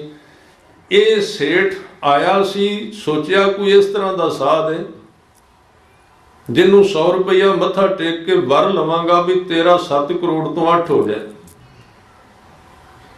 ਗੁਰੂ ਸਾਹਿਬ ਨੇ ਕਿਹਾ ਵੀ ਤੂੰ ਇੱਥੇ ਬਹੋ। ਕਹਿਣ ਲੱਗਾ ਬਹਿਣ ਦਾ ਟਾਈਮ ਨਹੀਂ, ਜਿਹੜੀ ਮੈਂ ਗੱਲ ਪਿੱਛੇ ਕਰ ਰਿਹਾ ਸੀ ਤੁਹਾਡੇ ਯਾਦ ਆ ਗਈ। ਇਹ ਜਿਹੜੇ ਪੁਰਾਣੇ ਵਿਆਖਿਆਕਾਰ ਸਨ ਨਾ, ਜਿਹੜੇ ਜਿਨ੍ਹਾਂ ਨੂੰ ਟਕਸਾਲੀ ਕਹਿ ਲਓ ਜਾਂ ਸੰਪਰਦਾਇਕ ਪਿਛਲੇ, ਉਹ ਇੱਕ ਕਥਾ ਦਾ ਤਰੀਕਾ ਉਹਨਾਂ ਦਾ ਹੁੰਦਾ ਸੀ ਵੀ ਕਿਸੇ ਵੀ ਗੱਲ ਨੂੰ ਕਹਿਣਾ, ਉਹ ਫਿਰ ਉਹਦੇ ਨਾਲ ਚੀਜ਼ਾਂ ਹੋਰ ਕਹਿ ਕੇ ਵਾਪਸ ਉੱਥੇ ਆਉਣਾ। ਉਸ ਤਰੀਕੇ ਨਾਲ ਮੈਂ ਕਦੀ ਕਦੀ ਆਪ ਜੀ ਨਾਲ ਇਸ ਤਰ੍ਹਾਂ ਸਾਂਝੀ ਕਰਾਂ। ਸਤਿਗੁਰੂ ਨੇ ਕਿਹਾ ਵੀ ਕੋਲ ਬੈਠੋ। ਕਹਿਣ ਲੱਗਾ ਸਮਾਂ ਨਹੀਂ, ਕੰਮ ਬਹੁਤ ਹੈ। ਆ ਜਿਹੜੇ ਤੁਹਾਡੇ ਕੋਲ ਬੈਠੇ ਇਹਨਾਂ ਨੂੰ ਤੇ ਕੰਮ ਕੋਈ ਨਹੀਂ। ਇਹ ਸਮਝਦਾ ਜਿਹਦੇ ਕੋਲ 4 ਪੈਸੇ ਆ ਜਾਣ ਪਹਿਲਾਂ ਲੈ ਗੁਰੂ ਕੋਲੋਂ ਮੰਗ ਕੇ, ਫਿਰ ਕਹਿੰਦੇ ਆ ਜਿਹੜੇ ਗੁਰਦੁਆਰੇ ਵਿੱਚ ਬੈਠੇ ਨੇ ਇਹਨਾਂ ਨੂੰ ਕੰਮ ਕੋਈ ਨਹੀਂ। ਇਸ ਤਰ੍ਹਾਂ ਕਰਦਾ। ਇਸ ਤਰ੍ਹਾਂ ਦੀ ਘਟਨਾ ਜੀਵਨ ਵਿੱਚ। ਤੇ ਜਦੋਂ ਸਤਿਗੁਰੂ ਨੇ ਕਿਹਾ, ਜਾਣ ਲੱਗਾ, ਕਹਿੰਦੇ ਨੇ ਹਜ਼ੂਰ ਨੇ ਆਪਣੀ ਜੇਬ ਦੇ ਵਿੱਚੋਂ ਇੱਕ ਸੂਈ ਕੱਢ ਕੇ ਕਿਹਾ ਕਿ ਲਓ ਸੇਠ ਜੀ, ਆ ਇੱਕ ਸਾਡੀ ਅਮਾਨਤ ਸਾਂਭ ਕੇ ਰੱਖੋ, ਅਸੀਂ ਅੱਗੇ ਸਫ਼ਰ ਵਿੱਚ ਜਾਣਾ ਹੈ। ਤੇ ਜੇ ਵਾਪਸ ਮੋੜ ਆਏ ਤੇ ਲੈ ਲਾਂਗੇ, ਤੇ ਜੇ ਤੁਸੀਂ ਸਾਡੇ ਆਉਣ ਤੋਂ ਪਹਿਲਾਂ ਪਹਿਲਾਂ ਚੜ੍ਹਾਈ ਕਰ ਗਏ ਫਿਰ ਇਸ ਸੂਈ ਨੂੰ ਨਾਲ ਲੈ ਜਾ ਜੇ ਪਰਲੋਕ ਵਿੱਚ, ਫਿਰ ਉੱਥੇ ਲੈ ਲਾਂਗੇ। ਵੇਖੋ ਅਜੇ ਵੀ ਉਹਨੂੰ ਸਮਝ ਨਹੀਂ ਆਈ, ਹੱਥ ਕਰਕੇ ਅੱਗੇ ਲੈ ਲਈ, ਸੂਈ ਪਕੜ ਲਈ। ਇਹਨੂੰ ਗੁਰਬਾਣੀ ਵਿੱਚ ਕਿਹਾ ਗਿਆ ਵੀ ਮਾਇਆ ਧਾਰੀ ਅਤ ਅੰਨਾ ਬੋਲਾ। ਸ਼ਬਦ ਨਾ ਸੁਣੀ, ਬਹੁ ਰੋਲ ਘਚੋਲਾ ਸ਼ਬਦ ਉਹਦੇ ਅੰਦਰ ਜਾਂਦੇ ਨੇ। ਇੱਥੇ ਮਾਇਆ ਧਾਰੀ ਦੇ ਅਰਥ ਸਮਝਣਾ, ਧਿਆਨ ਦੇਣਾ। ਮਾਇਆ ਧਾਰੀ ਹੋਣਾ ਤੇ ਮਾਇਆ ਦੀ ਵਰਤੋਂ ਕਰਨੀ, ਇਹ ਦੋ ਚੀਜ਼ਾਂ ਨੇ। ਸਤਿਗੁਰੂ ਨੇ ਕਿਤੇ ਨਹੀਂ ਕਿਹਾ ਵੀ ਮਾਇਆ ਧਾਰੀ ਮਾਇਆ ਨਹੀਂ ਰੱਖਣੀ, ਪਰ ਮਾਇਆ ਦੀ ਵਰਤੋਂ ਕਰਨੀ ਹੋਰ ਚੀਜ਼ ਹੈ, ਮਾਇਆ ਨੂੰ ਧਾਰਨ ਕਰ ਲੈਣਾ ਹੋਰ ਚੀਜ਼ ਹੈ। ਧਾਰਨ ਦਾ ਮਤਲਬ ਅੰਦਰ ਲੈ ਜਾਣਾ। ਜਿਹਦੇ ਅੰਦਰ ਇਹ ਮਾਇਆ ਦਾ ਸਰੂਪ ਇਸ ਤਰ੍ਹਾਂ ਦਾ ਹੈ ਵੀ ਜਿਹਦੇ ਵਿੱਚ ਇਹ ਮਾਇਆ ਚਲੀ ਗਈ ਨਾ, ਸਾਧ ਸੰਗਤ ਜੀ, ਉਹਨੂੰ ਦਿਸੇਗਾ ਨਹੀਂ ਮਾਇਆ ਦਾ। ਤੇ ਜਿਹੜਾ ਤੁਸੀਂ ਹਿੰਦੂ ਧਰਮ ਦੀ ਇੱਕ ਕਹਾਣੀ ਸੁਣੀ ਹੋਣੀ ਆ, ਪਿੱਛੇ ਦੀਵਾਲੀ ਲੰਘ ਕੇ ਗਈ। ਦੀਵਾਲੀ ਵਾਲੇ ਦਿਨ ਆਮ ਪ੍ਰਚਲਿਤ, ਪਤਾ ਨਹੀਂ ਇੱਥੇ ਵੀ ਹੈ ਕਿ ਨਹੀਂ, ਵੈਸੇ ਅਸੀਂ ਸਾਰੇ ਧਰਮਾਂ ਦੀ ਰੀਸ ਕਰ ਲਿਆ ਤਕਰੀਬਨ। ਵਰਤ ਵੀ ਸਾਡੇ ਵਿੱਚ ਵੇਖ ਲਓ, ਸ਼ਰਾਧ ਵੀ, ਸਾਰਾ ਕੁਝ। ਇੱਕ ਸੱਜਣ ਨੇ ਦੀਵਾਲੀ ਵਾਲੇ ਦਿਨ ਸਾਰਾ ਗੇਟ ਖੋਲ ਕੇ ਰੱਖਿਆ, ਰਾਤ ਨੂੰ ਦੀਵੇ ਜਗਾਏ। ਮੈਂ ਪੁੱਛਿਆ ਜੀ ਕੀ ਗੱਲ, ਤੁਸੀਂ ਦਰਵਾਜ਼ੇ ਸਾਰੇ ਖੋਲੇ ਨੇ, ਧਨਾੜ ਆਦਮੀ ਹੋ, ਖਤਰਾ ਹੈ, ਕੋਈ ਰਾਤ ਨੂੰ ਆ ਜਾਏ। ਕਹਿਣ ਲੱਗਾ ਜੀ ਨਹੀਂ, ਸਾਨੂੰ ਦੱਸਿਆ ਹੈ ਵੀ ਦੀਵਾਲੀ ਵਾਲੀ ਰਾਤ ਨੂੰ ਲక్ష్ਮੀ ਆਉਂਦੀ ਹੈ ਤੇ ਦਰਵਾਜ਼ਾ ਖੋਲ ਕੇ ਰੱਖੋ, ਜੇ ਦਰਵਾਜ਼ੇ ਬੰਦ ਹੋਏ ਤੇ ਅੰਦਰ ਕਿਵੇਂ ਆਏਗੀ ਲక్ష్ਮੀ? ਦਰਵਾਜ਼ਾ ਖੋਲ ਕੇ ਰੱਖੋ। ਤੇ ਮੈਂ ਉਹਨਾਂ ਨੂੰ ਬੇਨਤੀ ਕੀਤੀ ਵੀ ਤੁਹਾਨੂੰ ਪਤਾ ਵੀ ਲక్ష్ਮੀ ਦੀ ਸਵਾਰੀ ਕਿਹੜੀ ਹੈ?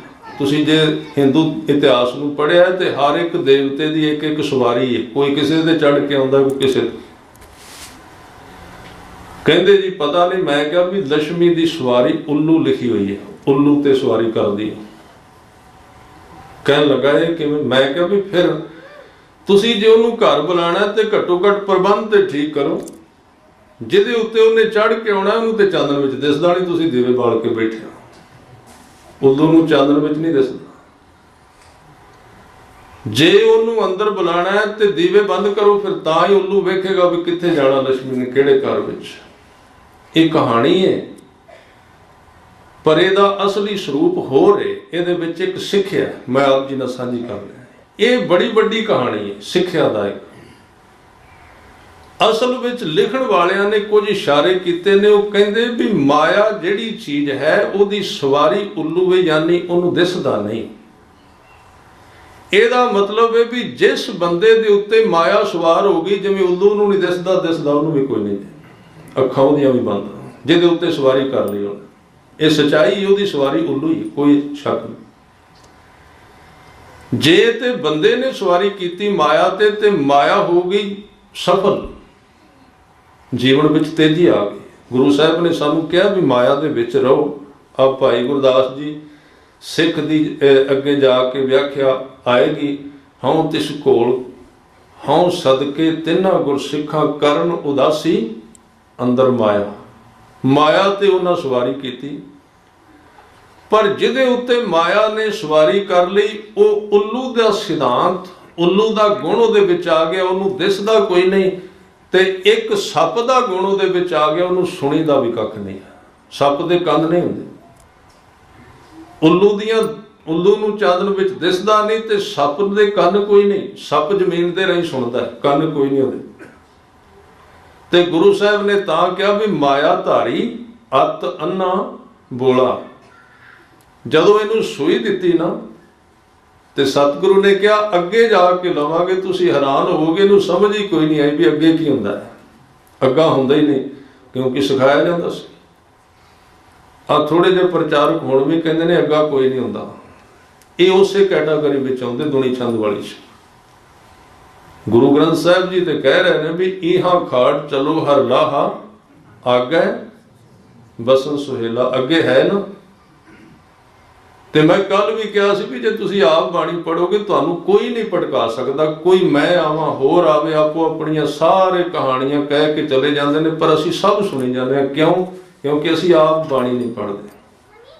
ਜਦੋਂ ਅਸੀਂ ਪੜਾਂਗੇ ਤਾਂ ਸਾਨੂੰ ਉਸੇ ਵਕਤ ਪਤਾ ਲੱਗ ਜਾਏ ਵੀ ਆਹ ਆਦਮੀ ਕਹਿ ਰਿਹਾ ਜਨਮ ਮਰਨ ਕੋਈ ਨਹੀਂ ਹੁੰਦਾ, ਆਹ ਕਹਿ ਰਿਹਾ ਅੱਗਾ ਕੋਈ ਨਹੀਂ ਹੁੰਦਾ, ਤੇ ਉਸੇ ਵੇਲੇ ਅੰਦਰ ਪਤਾ ਲੱਗ ਜਾਏ ਵੀ ਗੁਰੂ ਗ੍ਰੰਥ ਸਾਹਿਬ ਤੇ ਹੋਰ ਕਹਿੰਦੇ ਨੇ, ਹੋਰ ਕਹੀ ਜਾਂਦੇ। ਇਸ ਲਈ ਅਸੀਂ ਆਪ ਪੜ੍ਹੀਏ, ਆਪ ਵੇਖੀਏ। ਕਿਸੇ ਆਦਮੀ ਤੇ ਭਰੋਸਾ ਕਰਨ ਦੀ ਲੋੜ ਨਹੀਂ ਹੈ।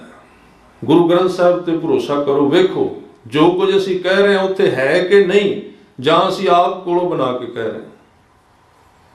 ਜਦੋਂ ਹਜ਼ੂਰ ਨੇ ਸੂਈ ਦਿੱਤੀ ਨਾ, ਦੁਨੀ ਚੰਦ ਨੇ ਅੱਗੇ ਹੱਥ ਕਰਕੇ ਲੈ ਲਈ ਤੇ ਪਿੱਛੇ ਕਾਹਲੀ ਨਾਲ ਤੁਰ ਗਿਆ। ਭਾਈ ਮਰਦਾਨਾ ਜੀ ਹੈਰਾਨ ਹੋਏ, ਕਹਿੰਦੇ ਮਹਾਰਾਜ ਬੜਾ ਮੂਰਖ ਬੰਦਾ ਹੈ, ਤੁਸੀਂ ਅੱਗੇ ਦੀ ਗੱਲ ਕੀਤੀ ਤੇ ਸੂਈ ਫਿਰ ਫੜ ਕੇ ਲੈ ਗਿਆ। ਸਤਿਗੁਰੂ ਕਹਿੰਦੇ ਮਰਦਾਨਿਆ, ਜਦੋਂ ਮਾਇਆ ਬਹੁਤੀ ਹੋ ਜਾਂਦੀ ਨਾ, ਬੰਦਾ ਦੇਣਾ ਨਹੀਂ ਜਾਣਦਾ, ਲੈਣਾ ਜਾਣਦਾ। ਭਾਵੇਂ ਸੂਈ ਮਿਲੇ ਤਾਂ ਵੀ ਲੈ ਲੈਂਦਾ, ਉਹਦੇ ਅੰਦਰ ਬਿਰਤੀ ਪੈਦਾ ਹੋ ਜਾਏ। ਸੂਈ ਲਈ ਤੇ ਘਰ ਚਲਾ ਗਿਆ। ਤੇ ਭਾਈ ਮਰਦਾਨਾ ਜੀ ਕਹਿੰਦੇ ਮਹਾਰਾਜ ਇਹਦੇ ਤੇ ਤਰਸ ਕਰੋ। ਬ੍ਰਹਮ ਗਿਆਨੀ ਦਾ ਇੱਕ ਸੁਭਾਅ ਹੈ, ਬ੍ਰਹਮ ਗਿਆਨੀ ਪਰ ਉਪਕਾਰ ਉਮਾਹਾ, ਉਹਦਾ ਸੁਭਾਅ ਹੈ ਵੀ ਵੱਧ ਤੋਂ ਵੱਧ ਲੋਕਾਂ ਦਾ ਭਲਾ ਕੀਤਾ ਜਾਏ, ਉਹਨਾਂ ਨੂੰ ਜਗਾਇਆ ਜਾਏ, ਉਹਨਾਂ ਨੂੰ ਹੋਸ਼ ਵਿੱਚ ਲਿਆਂਦਾ ਜਾਏ। ਤੇ ਜਿਸ ਵੇਲੇ ਜਦੋਂ ਭਾਈ ਮਰਦਾਨਾ ਜੀ ਕਹਿੰਦੇ ਮਹਾਰਾਜ ਤੁਸੀਂ ਆਪਣੀ ਦ੍ਰਿਸ਼ਟੀ, ਆਪਣੀ ਕਿਰਪਾ ਕਰੋ ਇਹਦੇ ਤੇ, ਇਹਨੂੰ ਜਗਾਓ। ਸਤਿਗੁਰੂ ਕਹਿੰਦੇ ਮਰਦਾਨਿਆ ਇਹਦਾ ਅਜੇ ਵਕਤ ਨਹੀਂ, ਇਹਨੂੰ ਮੈਂ ਭਾਵੇਂ ਕਿੰਨਾ ਉਪਦੇਸ਼ ਦਿੰਦਾ, ਇਹਨੇ ਮੇਰਾ ਸ਼ਬਦ ਨਹੀਂ ਸੀ ਸੁਣਨਾ। ਇਹ ਜਿਹਦਾ ਸ਼ਬਦ ਸੁਣਦਾ ਹੈ ਮੈਂ ਉਥੋਂ ਇਹਨੂੰ ਉਪਦੇਸ਼ ਦਿਆਂਗਾ। ਜਿਹਦਾ ਸ਼ਬਦ ਸੁਣਦਾ, ਉਹ ਕਿਹੜਾ ਸ਼ਬਦ? ਉਹ ਘਰ ਵਾਲੀ ਅੱਗੇ ਖੜੀ। ਇਹ ਉੱਥੇ ਰੁਕਿਆ। ਗੁਰੂ ਵਿਗਿਆਨਕ ਕਿ ਗੁਰੂ ਨੂੰ ਪਤਾ ਹੈ ਇਹ ਗੁਰੂ ਦੀ ਕਲਾ ਹੈ। ਉਹਨੇ ਸੂਈ ਦੇ ਵਿੱਚ ਆਪਣਾ ਗਿਆਨ ਪਾ ਕੇ ਉਹਦੇ ਹੱਥ ਵਿੱਚ ਫੜਾ ਦਿੱਤਾ। ਇਹ ਗੁਰੂ ਦੀ ਕਲਾ ਹੈ, ਧਿਆਨ ਦੇਣਾ। ਗੁਰੂ ਦੇ ਅਰਥ ਹੀ ਇਹਨੇ ਜੋ ਕਲਾਵਾਨ ਤਰੀਕੇ ਨਾਲ ਵਰਤਦਾ। ਜੁਗਤ ਜਦੋਂ ਸੱਚੇ ਪਾਤਸ਼ਾਹ ਨੇ ਸੂਈ ਦਿੱਤੀ ਨਾ, ਸੂਈ ਨੂੰ ਧਿਆਨ ਨਾਲ ਵੇਖਿਆ ਤੇ ਉਹਦੇ ਵਿੱਚ ਸ਼ਬਦ ਪਾ ਕੇ ਰੱਖ ਦਿੱਤਾ ਉਹਦੀ ਤਲੀ ਤੇ। ਕਹਿੰਦੇ ਜਾ ਲੈ ਜਾ। ਜਦੋਂ ਘਰ ਗਿਆ, ਘਰ ਵਾਲੀ ਨੂੰ ਕਹਿੰਦਾ ਭਗਵਾਨ ਨੇ ਬਾਹਰ ਇੱਕ ਫਕੀਰ ਆਇਆ ਬੜਾ ਅਜੀਬ, ਉਹਨੇ ਸੂਈ ਦਿੱਤੀ। ਕਹਿੰਦੇ ਕਾਹਦੇ ਵਾਸਤੇ? ਕਹਿੰਦਾ ਸੀ ਵੀ ਜਦੋਂ ਪਰਲੋਕ ਵਿੱਚ ਜਾਏਗਾ ਉੱਥੇ ਵਾਪਸ ਲੈ ਲਾਂਗੇ, ਤੂੰ ਸਾਂਭ ਕੇ ਰੱਖ, ਗੁਆਚ ਨਾ ਜਾਏ। ਤੇ ਘਰ ਵਾਲੀ ਕਦੀ ਕਦੀ ਸੰਗਤ ਕਰਦੀ ਸੀ, ਉਹ ਥੋੜੀ ਜਿਹੀ ਜਾਗੀ ਹੋਈ ਸੀ, ਕੁਝ %। ਉਹਨੇ ਕਿਤੇ ਸੁਣਿਆ ਸੀ ਵੀ ਜਦੋਂ ਆਦਮੀ ਅੱਗੇ ਜਾਂਦਾ ਹੈ ਤੇ ਆਮ ਤੌਰ ਤੇ ਰਵਾਇਤ ਤੇ ਕਹਿੰਦੇ ਖਾਲੀ ਹੱਥ ਜਾਂਦਾ ਹੈ। ਇਹ ਵੀ ਇੱਕ ਅਧੂਰਾ ਸੱਚ ਹੈ, ਖਾਲੀ ਹੱਥ ਨਹੀਂ ਜਾਂਦਾ, ਹਾਥੀ ਕੋਈ ਨਹੀਂ ਨਾਲ ਜਾਂਦੇ। ਹਾਥੀ ਇੱਥੇ ਰਹਿ ਗਏ। ਇਸ ਲਈ ਸਿਕੰਦਰ ਨੇ ਕਿਹਾ ਸੀ, ਦੁਨੀਆ ਦਾ ਵਿਸ਼ਵ ਜੇਤੂ ਬਾਦਸ਼ਾਹ ਸੀ ਤੇ ਸਭ ਤੋਂ ਜਵਾਨ ਉਮਰ ਵਿੱਚ ਉਹ ਮਰਿਆ, ਜਵਾਨੀ ਵਿੱਚ। ਉਹਨੇ ਕਿਹਾ ਸੀ ਜਦੋਂ ਮੇਰੀ ਅਰਥੀ ਜਾਏ ਹੱਥ ਬਾਹਰ ਕੱਢ ਦੇਣਾ। ਤੇ ਅਸੀਂ ਉਹਦੇ ਅਰਥ ਕੀਤੇ ਨੇ। ਉਹ ਕਹਿਣਾ ਚਾਹੁੰਦਾ ਸੀ ਲੋਕ ਵੇਖ ਲੈਣ ਵੀ ਸਿਕੰਦਰ ਖਾਲੀ ਹੱਥ ਚੱਲਾ। ਸਿਕੰਦਰ ਕੁਝ ਹੋਰ ਕਹਿਣਾ ਚਾਹੁੰਦਾ ਸੀ। ਉਹ ਕਹਿਣਾ ਚਾਹੁੰਦਾ ਸੀ ਮੇਰੇ ਹੱਥ ਵੇਖ ਲਓ, ਮੈਂ ਤੇ ਖਾਲੀ ਹੱਥ ਤੁਰ ਗਿਆ, ਤੁਸੀਂ ਨਾ ਗਵਾ ਲਿਆ ਜੀ ਜ਼ਿੰਦਗੀ, ਤੁਸੀਂ ਕਰ ਲਓ ਕੁਝ। ਇਹ ਕਹਿਣਾ ਚਾਹੁੰਦਾ ਸੀ। ਜਿਸ ਵਕਤ ਇਹਨੇ ਸੂਈ ਜਾ ਕੇ ਦਿੱਤੀ ਨਾ ਆਪਣੀ ਘਰ ਵਾਲੀ ਨੂੰ, ਉਹਨੇ ਕਿਹਾ ਅੱਗੇ ਜਾ ਕੇ ਕਹਿਣ ਲੱਗੀ ਅੱਗੇ ਪਤੀ ਦੇਵ ਅੱਗੇ ਤੇ ਹੱਥ ਵੀ ਨਹੀਂ ਜਾਣੇ, ਸੂਈ ਕਿਵੇਂ ਜਾਏਗੀ? ਇਹ ਜਿਹੜੇ ਸ਼ਬਦ ਸਨ ਗੁਰੂ ਨਾਨਕ ਦੇ ਸ਼ਬਦ ਸਨ, ਕਹੇ ਉਸ ਬੀਬੀ ਨੇ, ਉਹਦੀ ਪਤਨੀ ਨੇ ਕਹੇ। ਇਹ ਗਿਆਨ ਗੁਰੂ ਨਾਨਕ ਦਾ ਸੀ, ਸੂਈ ਦੇ ਰਾਹੀਂ ਪਾਸ ਹੋ ਗਿਆ ਉਹਦੇ ਵਿੱਚ। ਗੁਰੂ ਇੱਕ ਐਸੀ ਕਲਾ ਹੈ ਨਾ, ਅੱਜ ਕੱਲ ਤੇ ਲੋਕ ਵਿਗਿਆਨਕ ਹੋ ਗਏ। ਅੱਜ ਕੱਲ ਦੇ ਲੋਕ ਕਹਿੰਦੇ ਵੀ ਸੋਟੀ ਦੇ ਵਿੱਚ ਕਿਵੇਂ ਸ਼ਕਤੀ ਆ ਗਈ। ਗੁਰੂ ਹਰਕ੍ਰਿਸ਼ਨ ਸਾਹਿਬ ਨੇ ਇੱਕ ਗੁੰਗੇ ਤੋਂ ਅਰਥ ਕਰਾਤੇ। ਇਹ ਚੱਲਦੀਆਂ ਨਾ ਗੱਲਾਂ ਤੁਹਾਡੇ ਸਾਹਮਣੇ। ਇਹ ਸਾਰੀਆਂ ਰਵਾਇਤਾਂ ਜਿਨ੍ਹਾਂ ਦੇ ਵਿੱਚ ਪ੍ਰੇਮ, ਸ਼ਰਧਾ, ਭਾਵਨਾ ਨੂੰ ਤੋੜਨ ਦਾ ਯਤਨ ਕੀਤਾ ਜਾ ਰਿਹਾ ਤਾਂ ਕਿ ਸਿੱਖ ਕੌਮ ਦੇ ਵਿੱਚ ਬੇਵਿਸ਼ਵਾਸੀ ਪੈਦਾ ਹੋ ਜਾਏ, ਆਪਣੇ ਗੁਰੂ ਭਰੋਸਾ ਟੁੱਟ ਜਾਏ। ਇਹਨੂੰ ਕੋਈ ਗਿਆਨ ਨਾ ਸਮਝਣਾ, ਇਹ ਕੋਈ ਕ੍ਰਾਂਤੀ ਨਹੀਂ। ਸੂਈ ਦੇ ਰਾਹੀਂ ਗਿਆਨ ਪਾਸ ਹੋਇਆ। ਗੁਰੂ ਨਾਨਕ ਨੇ ਨਜ਼ਰ ਪਾਈ ਤੇ ਸਤਿਗੁਰੂ ਇਹ ਬਚਨ ਕਹਿੰਦੇ ਨੇ, ਪ੍ਰਭ ਵਣ ਤ੍ਰਿਣ ਹਰਿਆ ਕੀਤੇ ਉਹਨ ਨਾਨਕ ਕਿਆ ਮਨੁੱਖ। ਕਹਿਣ ਲੱਗੇ ਜੇ ਗੁਰੂ ਕਰਨ ਤੇ ਆ ਜਾਏ, ਵਣ ਤ੍ਰਿਣ ਦਾ ਅਰਥ ਹੈ ਸੁੱਕਾ ਘਾਹ, ਗੁਰੂ ਉਹਨੂੰ ਵੀ ਹਰਾ ਕਰ ਸਕਦਾ। ਜਦੋਂ ਇਹਦੀ ਘਰ ਵਾਲੀ ਨੇ ਕਿਹਾ ਜੀ ਇਹ ਤਾਂ ਤੁਸੀਂ ਪਰਲੋਕ ਵਿੱਚ ਨਹੀਂ ਲਿਜਾ ਸਕਦੇ, ਉਸ ਫਕੀਰ ਨੂੰ ਹੁਣੇ ਵਾਪਸ ਕਰਕੇ ਆਓ ਸੋਈ। ਤੇ ਦੁਨੀ ਚੰਦ ਸੀ ਇਹਦਾ ਨਾਮ। ਉਸੇ ਵੇਲੇ ਘੋੜੇ ਤੇ ਚੜ੍ਹ ਕੇ ਦੌੜਿਆ, ਪਿੱਛੇ ਘੋੜਾ ਖੜਾ ਕੀਤਾ, ਉਤਰ ਗਿਆ। ਨਾਲ ਸੇਵਕ ਸਨ। ਤੁਰਿਆ ਆਉਂਦਾ ਪਰ ਪਹਿਲਾਂ ਵਾਂਗੂ ਨਹੀਂ। ਭਾਈ ਮਰਦਾਨਾ ਕਹਿੰਦੇ ਮਹਾਰਾਜ ਇਹ ਬੰਦਾ ਤੇ ਫਿਰ ਤੁਰਿਆ ਆਉਂਦਾ ਜਿਹੜਾ ਹੁਣੇ ਸੂਈ ਲੈ ਕੇ ਗਿਆ ਸੀ। ਤੇ ਗੁਰੂ ਨਾਨਕ ਸੱਚੇ ਪਾਤਸ਼ਾਹ ਨੇ ਕਿਹਾ ਮਰਦਾਨਿਆ ਹੁਣ ਪਹਿਲਾਂ ਵਾਂਗੂ ਨਹੀਂ ਆਉਂਦਾ ਪਿਆ, ਵੇਖ ਉਹਦੀ ਤੋਰ ਬਦਲ ਗਈ ਹੈ। ਤੋਰ ਕਿਉਂ ਬਦਲੀ? ਮੌਤ ਛੇਤੇ ਆ ਗਈ।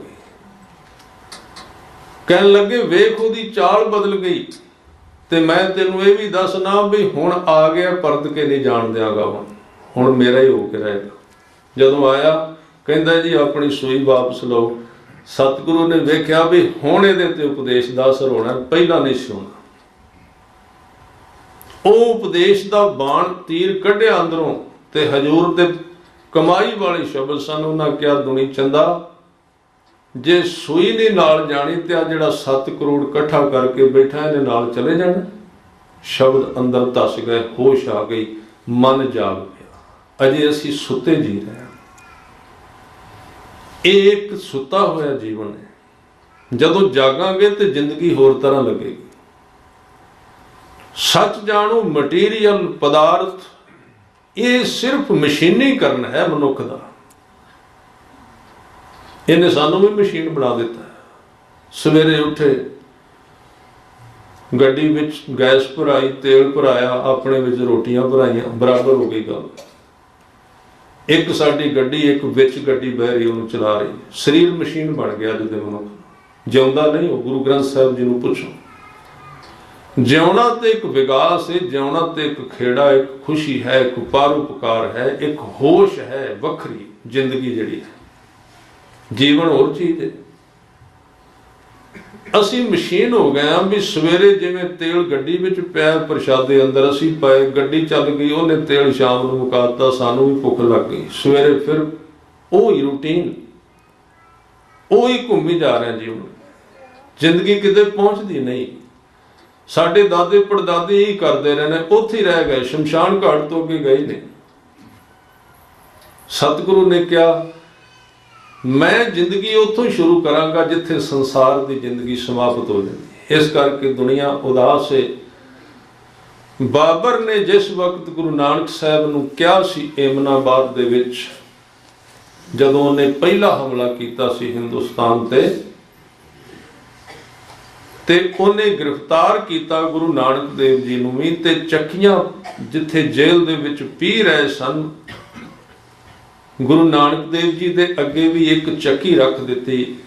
ਭਾਈ ਮਰਦਾਨਾ ਜੀ ਅੱਗੇ ਵੀ ਇੱਕ ਚੱਕੀ ਰੱਖ ਦਿੱਤੀ। ਕਹਿੰਦੇ ਇਹਨੂੰ ਫੇਰੋ, ਇਹਨੂੰ ਪੀਓ ਇਸ ਚੱਕੀ ਨੂੰ। ਕਹਿੰਦੇ ਨੇ ਜਦੋਂ ਸਤਿਗੁਰੂ ਚੱਕੀ ਫੇਰ ਰਹੇ ਸਨ ਤੇ ਹਜੂਰ ਨੇ ਭਾਈ ਮਰਦਾਨੇ ਵੱਲ ਇਸ਼ਾਰਾ ਕੀਤਾ। ਕਹਿੰਦੇ ਮਰਦਾਨਿਆ ਰਬਾਬ ਖੋਲ ਜੇਲ੍ਹ ਦੇ ਵਿੱਚ।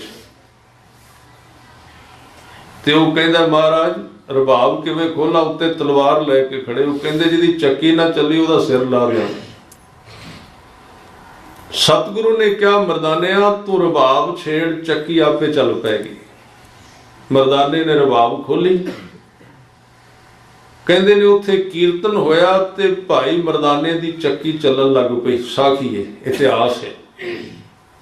ਹੁਣ ਵੇਖੋ ਜਦੋਂ ਇਹ ਘਟਨਾ ਵਾਪਰਦੀ ਹੈ ਨਾ ਇਸ ਤਰ੍ਹਾਂ ਦੀ, ਬਾਹਰ ਮੁਖੀ ਕਰਾਮਾਤ ਨਹੀਂ ਹੁੰਦੀ।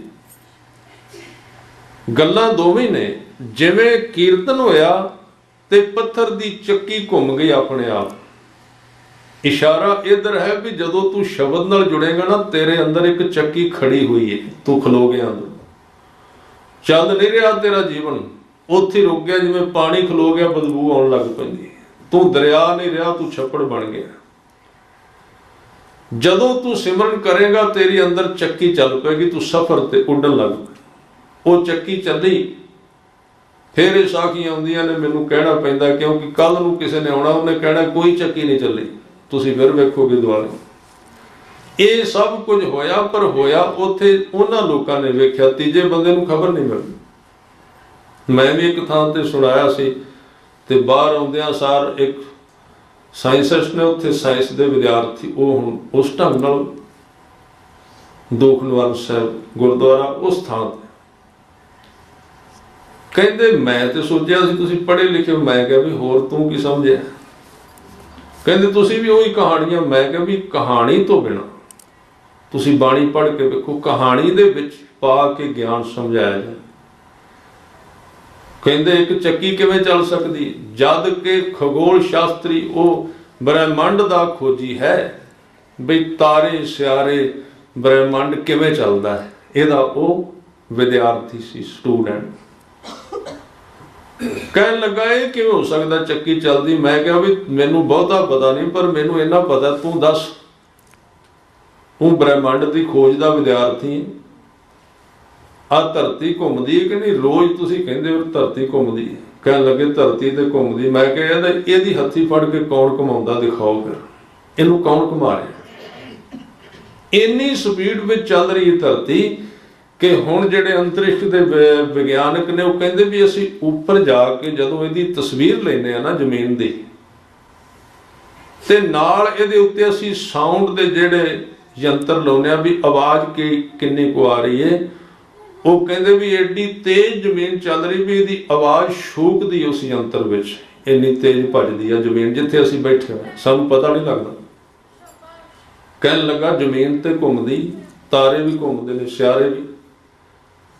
मैं कहा भी जिहड़ा रब अरबां टन की जमीन घुमा सकदा, उहदे अगे 10 किलो की चक्की घुमाउणी कोई बहुती वड्डी गल नहीं। पर यह करिए कि साडे विच संवाद घट ते विवाद ज़्यादा। असीं हर एक चीज़ नूं तोड़ना है, हर एक चीज़ नूं भंनना है, क्योंकि ड्यूटी लगी हुई है, ड्यूटी पूरी करनी पैंदी है। जे ड्यूटी घट गई तो पिछों काम बंद हो जाता महीना वारी, इस करके करना पैंदा। इस करके जदों चक्की चल गई, उत्थे कीर्तन होया। मैं गल कर रहा सी, जिहड़ा गुरु नानक देव जी ने सानू जीवन दिता है, वो इस दुनिया तो अगे चल के भी कायम रहिंदा है। इहदे तो वखरा है कुछ, ये नहीं भी सिख उन्ना ही जिउंदा जिन्ना एक संसारी मायाधारी है। सतगुरु जदों चक्की फेर रहे सन, ते उत्थों दे जिन्ने कैदी सन एमनाबाद दे, सारे नाल गाउण लग पे प्यार विच आके। जिवें कल आपां विचारिया सी भी बगदाद दे सारे लोग कीर्तन तो इन्ने प्रभावित हो गए भी सुन मुन नगरी भाई वेख पीर पया हैराना, देखा ध्यान लगाए कर कौन फकीर वड्डा मस्ताना, एक फकीर वड्डा मस्ताना। उत्थे भी जदों सतगुरु नानक देव जी ने कीर्तन किया ना, ते जेल दे जिहड़े लोग दुख विच बैठे हुए सन, वो खुशी विच आ गए, कुछ नाल गाउण लग पे, कुछ झूमन लग पे। ते सिपाही दौड़ के बाबर बादशाह कोल गए, कहंदे बादशाह जेल विच एक फकीर आया है, वो कुछ गाउंदा है ते सारी जेल मस्ती नाल भरी गई। बाबर ने कहा बुला के लियाओ। हुक्म लैके आ गए सिपाही भी तुहानू बाबर बुलाउंदा है। जे अजकल का कोई साध हुंदा ना, उन्हें कहना सी शुक्र है मुख मंत्री ने सद्या, उहदे उठन तो पहला चंडीगढ़ पहुंचदा उहदी कोठी दे गया। फर्क सी उन्हां विच ते हुण वाले लोकां विच। उन्हें कहना सी शुक्र है मैनू CM साहब ने सद्या, छड्ड दे होर सारे प्रोग्राम, बस जो कुछ वो कहंदे ने वो करी चलो। गुरु नानक साहब दे कोल आए, कहंदे तुहानू बादशाह सलामत जहां पना बाबर जी ने बुलाया है। ते गुरु नानक साहब जी रंग विच रंगे होए अख खोल के कहंदे किहड़ा बादशाह है, कौन है बादशाह? कहंदे बाबर तुसीं जाणदे नहीं। कहंदे इत्थे कोई नहीं जानदा बाबर। जेड़े तख्त ते सानू रब ने बिठाया ओहदे अगे हजारां बाबर बैठे होए, दस किहड़े बाबर दी गल कर। कहंदे वो बुलाउंदा है। सतगुरु ने कहा उन्होंने जाके कह दे भी ये तेरा साधु नहीं, ये रब दा साधु है, तेरे कोल चल के नहीं आएगा, तेनू चल के आना पेगा। इत्थे तू आना ते आ। बाबर चल के आया। ਉਹਨੇ ਸਲਾਮ ਕੀਤੀ ਤੇ ਫਰਿਆਦ ਕੀਤੀ ਵੀ ਆਪ ਤੁਸੀਂ ਮੇਰੇ ਦਰਬਾਰ ਵਿੱਚ ਆਓ। ਫਿਰ ਗੁਰੂ ਸਾਹਿਬ ਗਏ ਤੇ ਜਦੋਂ ਗਏ ਨਾ, ਉੱਥੇ ਬਾਬਰ ਦੇ ਕੋਲ ਸ਼ਰਾਬ ਦੀਆਂ ਜਿਹੜੀਆਂ ਬੋਤਲਾਂ ਸਨ, ਕਈ ਪ੍ਰਕਾਰ ਦੀ ਸ਼ਰਾਬ ਪਈ ਹੋਈ ਸੀ। ਉਹਨੇ ਕਿਹਾ ਵੀ ਸਭ ਤੋਂ ਪਹਿਲਾਂ ਇਸ ਜੋਗੀ ਨੂੰ, ਕਿਉਂਕਿ ਜੋਗੀਆਂ ਵਾਲੇ ਕੱਪੜੇ ਪਾਏ ਸੀ, ਤਪਿਆਂ ਵਾਲੇ, ਇੱਕ ਪਿਆਲਾ ਪਿਆਓ। ਉਹਦਾ ਕਾਰਨ ਸੀ, ਇੱਕ ਮੈਂ ਕੱਲ ਵੀ ਦੱਸਿਆ ਸੀ ਵੀ ਜੇ ਉਸ ਵੇਲੇ ਪ੍ਰਚਲਿਤ ਸਨ 12 ਫਿਰਕੇ ਯੋਗ ਮਤ ਦੇ, ਜਿਨ੍ਹਾਂ ਵਿੱਚੋਂ ਆਈ ਪੰਥ ਸਭ ਤੋਂ ਵੱਡਾ ਸੀ, ਜਿਹਦਾ ਜ਼ਿਕਰ ਜਪਜੀ ਸਾਹਿਬ ਵਿੱਚ ਆਇਆ। ਆਈ ਪੰਥੀ ਸਗਲ ਜਮਾਤੀ, ਮਨ ਜੀਤਾ ਜਗਜੀਤ। ਜਿਸ ਵੇਲੇ ਉੱਥੇ ਗੁਰੂ ਨਾਨਕ ਦੇਵ ਜੀ ਗਏ ਤੇ ਬਾਬਰ ਨੂੰ ਇਹ ਭੁਲੇਖਾ ਪਿਆ ਵੀ ਇਹ ਵੀ ਕਿਸੇ ਇੱਕ ਯੋਗੀਆਂ ਦੇ ਫਿਰਕੇ ਵਿੱਚੋਂ ਹੈ ਤੇ ਯੋਗੀ ਕਈ ਸ਼ਰਾਬ ਦੀ ਵਰਤੋਂ ਕਰਦੇ ਸਨ। ਉਹਨਾਂ ਸੋਚਿਆ ਵੀ ਪਿਆਓ, ਪ੍ਰਾਹੁਣਚਾਰੀ ਕਰੋ, ਇਹਨਾਂ ਸ਼ਰਾਬ ਪਿਆਓ। ਜਦੋਂ ਅੱਗੇ ਲਿਆ ਕੇ ਪਿਆਲਾ ਰੱਖਿਆ, ਸਤਿਗੁਰੂ ਕਹਿੰਦੇ ਕੀ ਹੈ? ਕਹਿੰਦੇ ਪਿਆਲਾ ਹੈ, ਪੀਓ। ਕਹਿੰਦੇ ਇਹਦੇ ਨਾਲ ਕੀ ਹੋਏਗਾ? ਕਹਿੰਦੇ ਸਰੂਰ ਚੜੇਗਾ। ਸਤਿਗੁਰੂ ਕਹਿੰਦੇ, ਕਿਉਂਕਿ ਉਹਨਾਂ ਦਾ ਢੰਗ ਹੋਰ ਸੀ, ਤਰੀਕਾ ਸੀ ਧੀਰਜ ਵਿੱਚ ਰਹਿਣਾ, ਉਪਦੇਸ਼ ਦੇਣਾ। ਕਹਿਣ ਲੱਗੇ ਕਿੰਨਾ ਚਿਰ? ਤੇ ਬਾਬਰ ਕਹਿੰਦਾ ਜੀ ਇਹ ਵਧੀਆ ਚੀਜ਼ ਹੈ, ਇਹਦਾ ਲੰਮਾ ਟਾਈਮ ਅਸਰ ਰਹਿੰਦਾ, 12 ਘੰਟੇ ਕੱਢ ਜਾਏ। ਫਿਰ ਉਸ ਤੋਂ ਬਾਅਦ ਕਹਿੰਦੇ ਫਿਰ ਹੋਰ ਪੀਆਂਗੇ। ਉਹਦੇ ਤੋਂ ਬਾਅਦ ਕਹਿੰਦੇ ਜਦੋਂ ਲਏਗਾ ਬਸ ਪੀ ਵੀ ਜਾਈਦਾ, ਜਦੋਂ ਲੈਂਦਾ ਪੀ, ਪਰਤ ਪਰਤ ਕੇ। ਸਤਿਗੁਰੂ ਨੇ ਬਾਂਹ ਫੜ ਕੇ ਹਿਲਾਈ ਬਾਬਰ ਦੀ। ਕਹਿਣ ਲੱਗੇ ਬਾਬਰ, ਤਿਰਕਾਰ ਯੋਗ ਹੈ ਤੇਰੀ ਸ਼ਰਾਬ, ਜਿਹੜੀ 12-12 ਘੰਟਿਆਂ ਬਾਅਦ ਪੀਣੀ ਪੈਂਦੀ ਹੈ। ਕਹਿੰਦੇ ਹੋਰ? ਕਹਿੰਦੇ ਆ ਮੈਂ ਤੈਨੂੰ ਆਪਣੀ ਪਿਆਨਾ, ਜੇ ਇੱਕ ਵਾਰੀ ਗਲੇ ਤੋਂ ਥੱਲੇ ਉਤਰ ਗਈ ਤੇ ਸਰੀਰ ਖਤਮ ਹੋ ਜਾਏਗਾ, ਉਹਦਾ ਨਸ਼ਾ ਨਹੀਂ ਜਾਏਗਾ। ਇੱਕ ਸ਼ਰਾਬ ਐਸੀ। ਇਹ ਸ਼ਬਦ ਤੁਸੀਂ ਅਵੱਗਿਆ ਵਾਲੇ ਨਾ ਸਮਝਣਾ, ਗੁਰੂ ਗ੍ਰੰਥ ਸਾਹਿਬ ਜੀ ਦੀ ਬਾਣੀ ਪੜ੍ਹ ਕੇ ਵੇਖੋ। ਗੁਰੂ ਨਾਨਕ ਦੇਵ ਜੀ ਕਹਿੰਦੇ ਵੀ ਨਾਮ ਇੱਕ ਸ਼ਰਾਬ ਹੈ, ਪਰ ਉਹਦੇ ਵਿੱਚ ਗੁੜ ਨਹੀਂ ਪੈਂਦਾ। ਸ੍ਰੀ ਰਾਗ ਪਹਿਲਾ ਰਾਗ। ਸੱਚ ਸੁਰਾ ਗੁੜ ਬਾਹਰਾ। ਸੁਰਾ ਦੇ ਅਰਥ ਨੇ ਸ਼ਰਾਬ, ਸੱਚ ਦਾ ਅਰਥ ਹੈ ਉਹਦਾ ਨਾਮ। ਕਹਿੰਦੇ ਉਹਦਾ ਨਾਮ ਇੱਕ ਐਸੀ ਮਸਤੀ, ਐਸੀ ਸ਼ਰਾਬ ਹੈ, ਉਹਦੇ ਵਿੱਚ ਗੁੜ ਨਹੀਂ ਪੈਂਦਾ। ਜਿਨ੍ਹਾਂ ਨੇ ਇੱਕ ਵਾਰੀ ਪੀ ਲਈ, ਗਲੇ ਦੇ ਅੰਦਰ ਲੰਘ ਗਈ। ਇਹ ਨਹੀਂ ਵੀ ਸਰੀਰ ਰਹੇਗਾ ਤੇ ਉਹਨਾਂ ਚਿਰ ਮਸਤੀ ਰਹਿਣੀ ਹੈ, ਸਰੀਰ ਦੇ ਜਾਣ ਤੋਂ ਵੀ ਬਾਅਦ, ਸਰੀਰ ਤੋਂ ਬਿਨਾਂ। ਆ ਬਾਬਾ ਦੀਪ ਸਿੰਘ ਜੀ ਨੇ ਤਾਂ ਹੀ ਇਹ ਸ਼ਬਦ ਕਹੇ ਸਨ, ਤੁਸੀਂ ਵੇਖਦੇ ਹੋ ਵੀ ਉਹਨਾਂ ਨੇ ਸੀਸ ਤੋਂ ਬਿਨਾਂ ਸਫ਼ਰ ਕੀਤਾ ਅੰਮ੍ਰਿਤਸਰ ਤੱਕ। ਮੈਂ ਉਹ ਸਾਰੀਆਂ ਚੀਜ਼ਾਂ ਤੁਹਾਡੇ ਨਾਲ ਸਾਂਝੀਆਂ ਕਰਾਂਗਾ ਜਿਹੜੀਆਂ ਤੁਹਾਨੂੰ ਕਿਹਾ ਜਾਣਾ ਵੀ ਇਹ ਨਹੀਂ। ਸੀਸ ਤੋਂ ਬਿਨਾਂ ਸਫ਼ਰ ਕੀਤਾ। ਜਦੋਂ ਹਰਿਮੰਦਰ ਸਾਹਿਬ ਜਹਾਨ ਖਾਂ ਨੇ ਸਰੋਵਰ ਮਿੱਟੀ ਨਾਲ ਪੂਰ ਦਿੱਤਾ, ਉੱਥੇ ਸ਼ਰਾਬ ਪੀਣ ਦੀ ਇਜਾਜ਼ਤ ਦੇ ਦਿੱਤੀ, ਘੋੜੇ ਬੰਨੇ। ਔਰ ਇੱਕ ਹੋਰ ਮੈਂ ਵਿੱਚ ਬੇਨਤੀ ਕਰਦਿਆਂ ਵੀ ਆਪ ਜੀ ਨੂੰ ਪਤਾ ਹੋਵੇ ਬਈ ਸਰੋਵਰ ਦੇ ਵਿੱਚ ਇੱਕ ਵਕਤ ਮਿੱਟੀ ਪਾ ਕੇ ਸਰਕਾਰ ਨੇ ਉੱਥੇ ਅਸਤਬਲ ਬਣਾਇਆ ਸੀ, ਘੋੜਿਆਂ ਦਾ ਵਾੜਾ ਜਿਹਨੂੰ ਕਹਿੰਦੇ ਪੰਜਾਬੀ ਵਿੱਚ। ਫੌਜ ਦੀ ਛਾਉਣੀ ਬਣਾ ਦਿੱਤੀ ਸੀ ਜਿੱਥੇ ਹੁਣ ਅੰਮ੍ਰਿਤ ਸਰੋਵਰ ਹੈ। ਇਹ ਕਿਉਂ ਹੋਇਆ? ਅੱਜ ਤੇ ਸਾਡੇ ਸੱਜਣ ਕਹਿੰਦੇ ਵੀ ਸਰੋਵਰ ਵਿੱਚ ਇਸ਼ਨਾਨ ਕਰਨ ਦਾ ਕੋਈ ਫਾਇਦਾ ਨਹੀਂ। ਉਹਨਾਂ ਨੂੰ ਇਹ ਪੁੱਛ ਕੇ ਵੇਖੋ ਵੀ ਤੁਸੀਂ ਅਹਿਮਦ ਸ਼ਾਹ ਨੂੰ ਪੁੱਛ ਕੇ ਵੇਖੋ, ਜਹਾਨ ਖਾਨ ਨੂੰ, ਵੀ ਤੂੰ ਸਰੋਵਰ ਵਿੱਚ ਮਿੱਟੀ ਕਿਉਂ ਪਾਈ ਸੀ? ਇਤਿਹਾਸ ਪੜ੍ਹ ਕੇ ਵੇਖੋ। ਮਿੱਟੀ ਤਾਂ ਪਾਈ ਸੀ ਵੀ ਜਦੋਂ ਅਹਿਮਦ ਸ਼ਾਹ ਅਬਦਾਲੀ ਭਾਰਤ ਦੇ ਵਿੱਚੋਂ ਮੰਦਰ ਢਾਹ ਕੇ ਲੜਕੀਆਂ ਬੰਨ੍ਹ ਕੇ ਲੈ ਕੇ ਜਾ ਰਿਹਾ ਸੀ ਤੇ ਰਾਹ ਵਿੱਚ ਗੁਰੂ ਕੇ ਸਿੱਖਾਂ ਨੇ ਹਮਲਾ ਕਰਕੇ ਉਹ ਬੱਚੀਆਂ ਛਡਾਈਆਂ ਸਨ, ਹਿੰਦੂ ਸੱਜਣਾ ਦੀਆਂ ਲੜਕੀਆਂ ਸਨ। ਉਹ ਛਡਾ ਕੇ ਵਾਪਸ ਘਰੋਂ ਘਰੀ ਉਹਨਾਂ ਨੂੰ ਪਹੁੰਚਾ ਕੇ ਆਏ। ਅਹਿਮਦ ਸ਼ਾਹ ਨੂੰ ਲੁੱਟਿਆ, ਬੜਾ ਖਫਾ ਹੋਇਆ। ਉਹਨੇ ਜਾ ਕੇ ਲਾਹੌਰ ਇੱਕ ਮੀਟਿੰਗ ਬੁਲਾਈ ਵੀ ਸਾਰੇ ਇੱਥੋਂ ਦੇ ਜਿਹੜੇ ਉਹਦੇ ਅਹਿਲਕਾਰ ਸਨ ਸੱਦੇ। ਉਹਨੇ ਪੁੱਛਿਆ ਗੁੱਸੇ ਵਿੱਚ ਆ ਕੇ ਵੀ ਇਹ ਸਿੱਖ ਕੌਣ ਨੇ ਜਿਨ੍ਹਾਂ ਵਿੱਚ ਇੰਨੀ ਹਿੰਮਤ ਵੀ ਮੈਨੂੰ ਲੁੱਟਦੇ ਨੇ, ਮੈਂ ਸਾਰਾ ਹਿੰਦੁਸਤਾਨ ਜਿੱਤ ਲਿਆ। ਉਹਨਾਂ ਨੇ ਕਿਹਾ ਵੀ ਇਹਨਾਂ ਦਾ ਪੀਰ ਹੋਇਆ ਇੱਕ, ਪੀਰ ਉਹ ਕਹਿੰਦੇ ਨੇ ਗੁਰੂ ਗੋਬਿੰਦ ਸਿੰਘ ਜੀ। मुर्शिद इनका बली भयो है, इनको आबे हयात दयो है। आबे हयात, आब दा मतलब पानी, हयात दा मतलब जो सदा सलामत रखे बंदे नूं। इन्हां नूं उन्हें अमृत पियाया। वो कहता भी इन्हां कोल शक्ति कित्थों आ गई, ना इन्हां कोल हथियार, ना इन्हां कोल कुछ होर। ते जेड़े उत्थे सलाहकार सन उन्होंने कहा, कहते भी उन्हें पहला जिहड़ा अमृत बना के पियाया सी वो इन्हां पी लिया, पर जिहड़ा बच गया वो अमृतसर के सरोवर विच पा दिता। अमृतसर दे इह रवायत सी उन्हां विच, भावें पाया नहीं सी क्योंकि ये तो पहले ही अमृत सी, पर उन्हां विच रवायत सी भी वो अमृत इत्थे सरोवर दे विच है। ते ये जिहड़े सिख ने जदों अमृतसर के सरोवर विच इशनान कर जाते हैं तो इन्हां विच बड़ी स्पिरिट तेज हो जाती, शक्ति। ये उन्होंने कहा अमृत शाह। उन्हें कहा फिर अमृत सरोवर कित्थे, कहते अमृतसर हरमंदर साहब। कहते हरमंदर साहब भी ढाओ तो सरोवर विच मिट्टी पा दो। तां पाई सी उन्होंने भी सिखां विच शक्ति आउंदी इत्थों। इतिहास ये कहता भी सिखां ने उत्थे शहीदियां पा के इशनान करन दी परंपरा नूं कायम रखिया।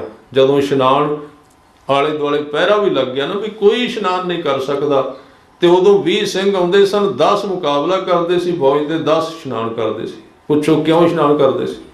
हुण कहंदे ने कर्मकांड। क्यों करते सी इशनान? अहमद शाह अब्दाली कहंदा भी सूरज ये सरोवर पूर दिओ, मिट्टी पा दिओ। ते जेड़े लोग अज कहंदे भी सरोवर विच इशनान करना कर्मकांड, मेरे ख्याल विच अहमद शाह अब्दाली दे पैरोकार ने। उहदे तो पुछ के आए ने, उन्हें मिट्टी पवा दी सी, आपां गुरु ग्रंथ साहिब दे कोल बैठ के कही जाने संगत, फर्क की है, रोक रहे हैं। इतिहास की कह रहा है ते की सिख इतिहास नूं, सिख रवायत नूं 10 गुरु साहब ने सिरजिया जां असी हुण सिरजिया 10-20 सालों तो? ये बहुत बड़ा सवाल है। असी इहनूं नवां रूप हुण देण दी कोशिश कर रहे हैं जां पहलां ये बनी है? किवें किवें होया सारा कुछ? तां मैं जिहड़ी बेनती कर रहा सी, ये जिस वक्त सतगुरु सच्चे पातशाह जी ने कहा बई सोई तेरे नाल नहीं जानी, दुनी चंद जाग पिया, होश आ गई। जदों होश आई चरनां ते टै पिया, कहन लगा महाराज फिर दसो नाल की जांदा है। ते सतगुरु ने फिर वजद विच आके एक शब्द गाया, कहंदे वणज करो वणजारे हो, वखर ले हो संभाल, तैसी वस्त विसाही है, जैसी निभ है नाल। नाल तुरन वाली चीज इकट्ठी कर। कहंदे ओ की? कहंदे रब दा नाम ते सेवा, दो चीज़ां। सतगुरु ने कहा है जिहड़ा धन है गरीबां विच वंड के, जिहड़ी तेरी नेक नीति दी कमाई है ना वो अपने कोल रख लै। ये नहीं सी कहा भी सारा वंड दे। जिहड़ा तेरा गुजारा है, जिहड़ी तेरी लोड़ है उहनूं रख, बाकी दी धर्मशाला बनवा, दोवें टाइम कीर्तन होवे। इस लाहौर दे विच उस धन का उपयोग किया। दुनी चंद बहुत बड़ा सिख बनिया गुरु नानक देव जी। क्योंकि जदों एक धनी बंदा धर्मी बन जाए, धर्म विच बड़ी स्पीड आ जाती, तेजी आ जाती है। असल विच जेड़े धनी बंदे ने वो धर्मी होने चाहिए, धर्म में स्पीड बढ़ेगी। पढ़े लिखे लोग साडे विच नुक्स तो एक ही है। साडे विच इको नुक्स है भी जिन्ना चिर असी गरीब रहने उन्ना चिर गुरु नानक कोल, ते जदों 4 पैसे आ गए उदों असी गुरु नानक नूं सिक्ख्या देण लग पैंदे आ साडे विच नुक्स। हुण साडे सज्जन कहंदे ते हैं भी बच्चों नूं पढ़ाओ, वड्डी यूनीवर्सिटी वड्डे अहुदियां ते लैके जाओ, पर सवाल तो यह है ना भी बच्चा पढ़े तो उत्थे जाके सिख भी रहे ना। जदों असी उत्ते जाने उदों सिक्खी भुल जाती। बड़े विरले ने जे उत्थे जाके सिख रहे, जदों धन आवे, जदों रैंक मिले। होर जे कली पग बन्नी है बंदे ने, आपां कहीए जी इस बंदे करके कहंदे जी प्रधानमंत्री करके सारी दुनिया विच सिखां दी पछाण बनी है। क्यों? पग बन्नी। ਉਹ ਭਾਈ ਪੱਗ ਤੇ ਬੰਨੀ, ਉਹਨੇ ਇੱਕ ਵਾਰੀ ਵੀ ਉੱਠ ਕੇ ਨਹੀਂ ਕਿਹਾ ਵੀ 1984 ਵਿੱਚ ਜਿਹੜੇ ਲੋਕ ਬੇਗੁਨਾਹ ਮਾਰੇ ਨੇ ਉਹਦਾ ਨਿਆਂ ਕਰੋ, ਇੱਕ ਵਾਰੀ ਵੀ ਨਹੀਂ ਕਿਹਾ ਉੱਠ ਕੇ। ਉਹਦੀ ਪੱਗ ਕੀ ਮਸ਼ਹੂਰ ਕਰੇਗੀ ਸਿੱਖਾਂ। ਮਕਸਦ ਇਹ ਹੈ ਵੀ ਸਿੱਖ ਕੰਮ ਵੀ ਕਰਦਾ ਹੈ ਕਿ ਨਹੀਂ, ਉਹਦੇ ਉੱਤੇ ਕਾਰਜ ਕਰ ਰਿਹਾ ਕਿ ਨਹੀਂ। ਤਾਂ ਅੱਜ ਦੀ ਜਿਹੜੀ ਮੈਂ ਬੇਨਤੀ ਤੁਹਾਡੇ ਨਾਲ ਸਾਂਝੀ ਕਰ ਰਿਹਾ ਸੀ, ਦੁਨੀ ਚੰਦ ਦਾ ਸਤਿਗੁਰੂ ਜੀ ਨੇ ਉਧਾਰ ਕੀਤਾ ਤੇ ਭਾਈ ਗੁਰਦਾਸ ਸਾਹਿਬ ਅੱਜ ਗੁਰੂ ਨਾਨਕ ਦੇਵ ਜੀ ਵੱਲੋਂ ਦਿੱਤੇ ਹੋਏ ਪਹਿਲੇ ਗੁਣ ਦੀ ਇਥੋਂ ਗੱਲ ਸ਼ੁਰੂ ਕਰਦੇ ਨੇ। ਉਹਨੂੰ ਕਹਿੰਦੇ ਨੇ ਨਿਮਰਤਾ। ਭਾਈ ਗੁਰਦਾਸ ਕਹਿੰਦੇ ਹਉ ਤਿਸ ਘੋਲ ਘੁਮਾਇਆ, ਗੁਰਮਤਿ ਹਿਰਦੈ ਗਰੀਬੀ ਆਵੈ। ਹਿਰਦੈ ਗਰੀਬੀ ਆਵੈ, ਸਰੀਰ ਤੇ ਨਹੀਂ। ਗਰੀਬੀ ਦੇ ਅਰਥ ਨੇ ਨਿਮਰਤਾ। ਵੈਸੇ ਗੁਰਮੁਖਾਂ ਨੇ ਇਹਦੇ ਅਰਥ ਕੀਤੇ ਗੁਰੂ ਨਾਨਕ ਸਾਹਿਬ ਜੀ ਦੇ ਨਾਂ ਦੇ। ਉਹ ਕਹਿੰਦੇ ਨੇ ਆ 3 ਅੱਖਰ ਨੇ, 2 ਨੰਨੇ ਨੇ ਤੇ 1 ਕੱਕਾ ਹੈ। ਜਦੋਂ ਆਪਾਂ ਗੁਰੂ ਨਾਨਕ ਸ਼ਬਦ ਕਹਿੰਦੇ ਆ, ਉਹ ਕਹਿੰਦੇ ਨੇ ਗੁਰੂ ਨਾਨਕ ਸਾਹਿਬ 2 ਨੰਨੇ ਲੈ ਕੇ ਆਏ ਤੇ 1 ਕੱਕਾ ਲੈ ਕੇ ਆਏ ਇਸ ਦੁਨੀਆ ਵਿੱਚ, ਤੇ ਤਿੰਨੇ ਹੀ ਉਹ ਸਿੱਖ ਨੂੰ ਦਿੰਦੇ ਨੇ। ਉਹ 3 ਚੀਜ਼ਾਂ ਨੇ। ਪਹਿਲੇ ਨੰਨੇ ਦਾ ਅਰਥ ਹੈ ਨਿਮਰਤਾ, ਪਹਿਲਾ ਨਿਮਰਤਾ। ਦੂਜੇ ਨੰਨੇ ਦਾ ਅਰਥ ਹੈ ਨਾਮ, ਕਿਉਂਕਿ ਨਾਮ ਟਿਕਦਾ ਹੀ ਉੱਥੇ ਵਿੱਚ ਜਿਸ ਹਿਰਦੇ ਦੇ ਵਿੱਚ ਨਿਮਰਤਾ ਹੈ। ਨਿਮਰਤਾ ਦੇ ਅਰਥ ਕਾਇਰਤਾ ਨਹੀਂ। ਨਿਮਰਤਾ ਇੱਕ ਬੜਾ ਵੱਡਾ ਗੁਣ ਹੈ ਮਨੁੱਖ ਦਾ। ਨਿਮਰਤਾ ਦਾ ਅਰਥ ਹੈ ਜਦੋਂ ਬੰਦੇ ਕੋਲ ਪਾਵਰ ਆ ਜਾਏ, ਜਦੋਂ ਸ਼ਕਤੀ ਹੋਵੇ, ਉਦੋਂ ਨਾ ਵਿਖਾਏ, ਉਹਨੂੰ ਕਹਿੰਦੇ ਇਹਦੇ ਵਿੱਚ ਨਿਮਰਤਾ ਹੈ। ਜੇ ਹੁਣ ਸਾਡੇ ਕੋਲ ਹੈ ਹੀ ਕੁਝ ਨਹੀਂ ਤੇ ਆਪਾਂ ਕਹਿੰਦੇ ਨਿਮਰਤਾ, ਉੱਥੇ ਕੋਈ ਅਰਥ ਨਹੀਂ ਰੱਖਦੀ, ਉਦੋਂ ਹੈ ਹੀ ਨਹੀਂ ਕੋਈ। ਨਿਮਰਤਾ ਦੇ ਅਰਥ ਨੇ ਕਿ ਜਦੋਂ ਸ਼ਕਤੀ ਆਏ, ਜਦੋਂ ਤਾਣ ਆਏ, ਜਦੋਂ ਉਸ ਵੇਲੇ ਆਦਮੀ ਝੁਕਿਆ ਰਹੇ। ਪਹਿਲਾਂ ਦਾਤ ਲੈ ਕੇ ਆਏ ਨਿਮਰਤਾ, ਤੇ ਦੂਜੀ ਦਾਤ ਲੈ ਕੇ ਆਏ ਨਾਮ, ਤੇ ਤੀਜੀ ਦਾਤ ਲੈ ਕੇ ਆਏ ਕੱਕੇ ਤੋਂ ਕਰਮ। ਕਰਮ ਦੇ ਅਰਥ ਨੇ ਬਖਸ਼ਿਸ਼। 3 ਚੀਜ਼ਾਂ ਸਾਡੇ ਵਾਸਤੇ ਲੈ ਕੇ ਆਏ। ਇਸ ਕਰਕੇ ਤਿੰਨੇ ਚੀਜ਼ਾਂ ਨਿਮਰਤਾ, ਨਾਮ। ਵੈਸੇ ਇਹ 2 ਚੀਜ਼ਾਂ ਕਿਸੇ ਮਜ਼ਹਬ ਨੇ ਨਹੀਂ, ਇਹ ਗੋਡ ਗਿਫਟ ਨੇ। 2 ਚੀਜ਼ਾਂ ਸਾਨੂੰ ਜਨਮ ਤੋਂ ਪਹਿਲਾਂ, ਥੋੜੀ ਜਿਹੀ ਮੈਂ ਬੇਨਤੀ ਕਰਦੇ ਆਪ ਤਵੱਜੋ ਦੇਣਾ, ਇਹ 2 ਚੀਜ਼ਾਂ, ਇੱਕ ਨਾਮ ਤੇ ਇੱਕ ਨਿਮਰਤਾ, ਕੁਦਰਤ ਨੇ ਜਨਮ ਤੋਂ ਪਹਿਲਾਂ ਹੀ ਆਦਮੀ ਨੂੰ ਦਿੱਤੀਆਂ ਨੇ, ਜਨਮ ਲੈਣ ਤੋਂ ਪਹਿਲਾਂ। ਯਾਨੀ ਕਿ ਸਾਡਾ ਅੰਗ ਨੇ। ਜਿਵੇਂ ਬੱਚੇ ਨੇ ਜਨਮ ਲੈਣਾ ਤੇ ਜਨਮ ਤੋਂ ਪਹਿਲਾਂ ਉਹਦੇ ਜਿੰਨੇ ਅੰਗ ਸਨ, ਜੇ ਵਿੱਚੋਂ ਇੱਕ ਅੰਗ ਕਮਜ਼ੋਰ ਪੈ ਜਾਏ ਤੇ ਉਹ ਕਹਿੰਦੇ ਵੀ ਇਹ ਅੰਗਹੀਨ ਹੋ ਗਿਆ, ਇਹਦਾ ਇੱਕ ਹੱਥ ਕੰਮ ਨਹੀਂ ਕਰਦਾ। ਇਸੇ ਤਰ੍ਹਾਂ 2 ਅੰਗ ਸਾਡੇ ਅਣਦਿਸਦੇ ਨੇ ਜਦੋਂ ਬੱਚੇ ਨੇ ਜਨਮ ਲਿਆ ਹੈ। ਉਹ ਕਿਹੜੇ ਕਿਹੜੇ ਨੇ? ਇੱਕ ਤੇ ਨਿਮਰਤਾ। ਨਿਮਰਤਾ ਤਾਂ ਹੈ ਕਿ ਜਦੋਂ ਬੱਚੇ ਨੇ ਜਨਮ ਲੈਣਾ ਹੈ, ਉਹਦਾ ਸਿਰ ਜ਼ਮੀਨ ਵੱਲ ਹੈ, ਜ਼ਮੀਨ ਵੱਲ ਝੁਕਿਆ ਹੋਇਆ। ਉਹ ਨਿਮਰਤਾ ਦੀ ਨਿਸ਼ਾਨੀ ਵੀ ਪਹਿਲਾ ਗੁਣ ਝੁਕਣਾ। ਤੇ ਦੂਜਾ ਗੁਣ, ਜਿੰਨਾ ਚਿਰ ਬੱਚਾ ਜਨਮ ਲੈਂਦਾ ਉਹਦੇ ਅੰਦਰ ਸਿਮਰਨ ਚੱਲਦਾ ਹੈ, ਉਹਦੇ ਅੰਦਰ ਸਿਮਰਨ ਜਾਰੀ ਰਹਿੰਦਾ। ਸਿਮਰਨ ਦੁਆਰਾ ਉਹ ਜਿਉਂਦਾ ਰਹਿੰਦਾ। ਮਾਤ ਗਰਭ ਮਹਿ ਆਪਣ ਸਿਮਰਨ ਦੇ ਤਹਿ ਤੁਮ ਰੱਖਣ ਹਾਰੇ। ਮਾਤਾ ਦੇ ਸਰੀਰ ਦੇ ਵਿੱਚ ਬੱਚਾ ਸਿਮਰਨ ਕਰਦਾ ਹੈ। ਪਰ ਜਿਉਂ ਹੀ ਅਸੀਂ ਇੱਥੇ ਜਨਮ ਲਿਆ, ਜਿਉਂ ਅਸੀਂ ਵੱਡੇ ਹੋਏ ਹਾਂ, 2ਵੇਂ ਚੀਜ਼ਾਂ ਅਸੀਂ ਛੱਡ ਦਿੱਤੀਆਂ। ਨਿਮਰਤਾ ਵੀ ਤਿਆਗ ਦਿੱਤੀ ਤੇ ਨਾਮ ਵੀ ਛੱਡ ਦਿੱਤਾ। ਤੇ ਜਦੋਂ 2 ਗਈਆਂ, ਫਿਰ ਤੀਜਾ ਕਰਮ, ਬਖਸ਼ਿਸ਼ ਸਾਡੇ ਤੋਂ ਉੱਠ ਗਿਆ। ਉਹਦੀ ਬਖਸ਼ਿਸ਼ ਵੀ ਨਹੀਂ। ਇਹ 2 ਦਾਤਾਂ ਦਿੱਤੀਆਂ। ਇਸ ਕਰਕੇ ਇੱਥੇ ਭਾਈ ਗੁਰਦਾਸ ਜੀ ਕਹਿ ਰਹੇ ਨੇ, ਹਉ ਤਿਸ ਘੋਲ ਘੁਮਾਇਆ, ਗੁਰਮਤਿ, ਗੁਰੂ ਦੀ ਮੱਤ ਧਾਰਨ ਕਰਕੇ ਹਿਰਦੈ ਗਰੀਬੀ ਆਵੈ, ਅੰਦਰ ਨਿਮਰਤਾ ਆ ਗਈ। ਫਿਰ ਕਹਿੰਦੇ ਹਉ ਤਿਸ ਘੋਲ ਘੁਮਾਇਆ, ਪਰ ਨਾਰੀ ਦੇ ਨੇੜ ਨਾ ਜਾਵੇ।